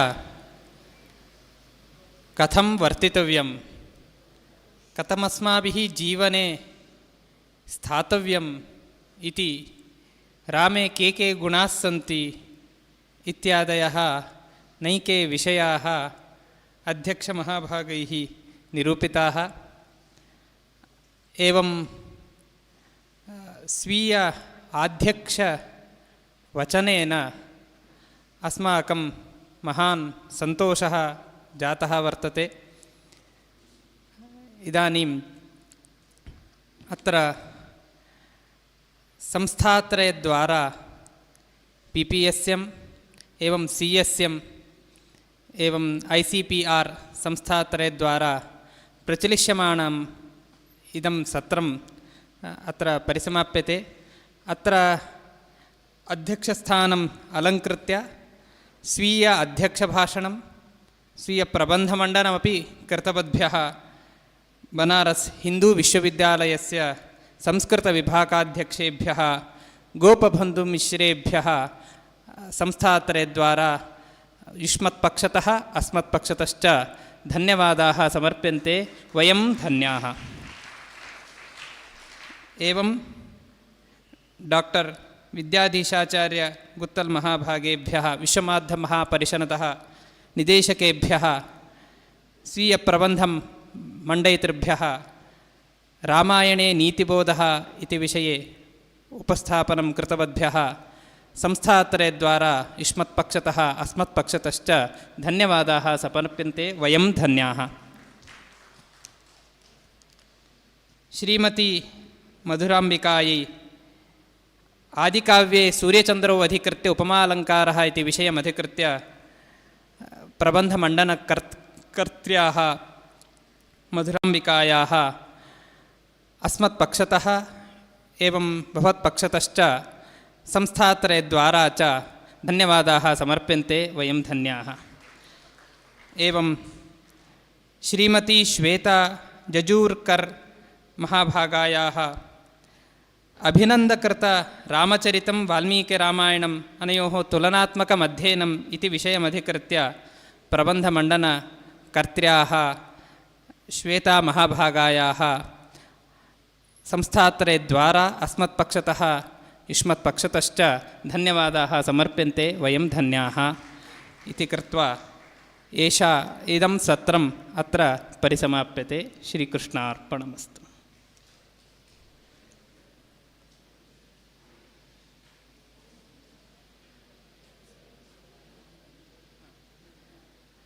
माध्याह्ने रामायण अन्ताराष्ट्रीयगोष्ठ्याः समारोपसमारम्भणं वर्तते। समये सर्वे आगत्य सन्तोषं प्राप्नुवन्तु इति प्रार्थये।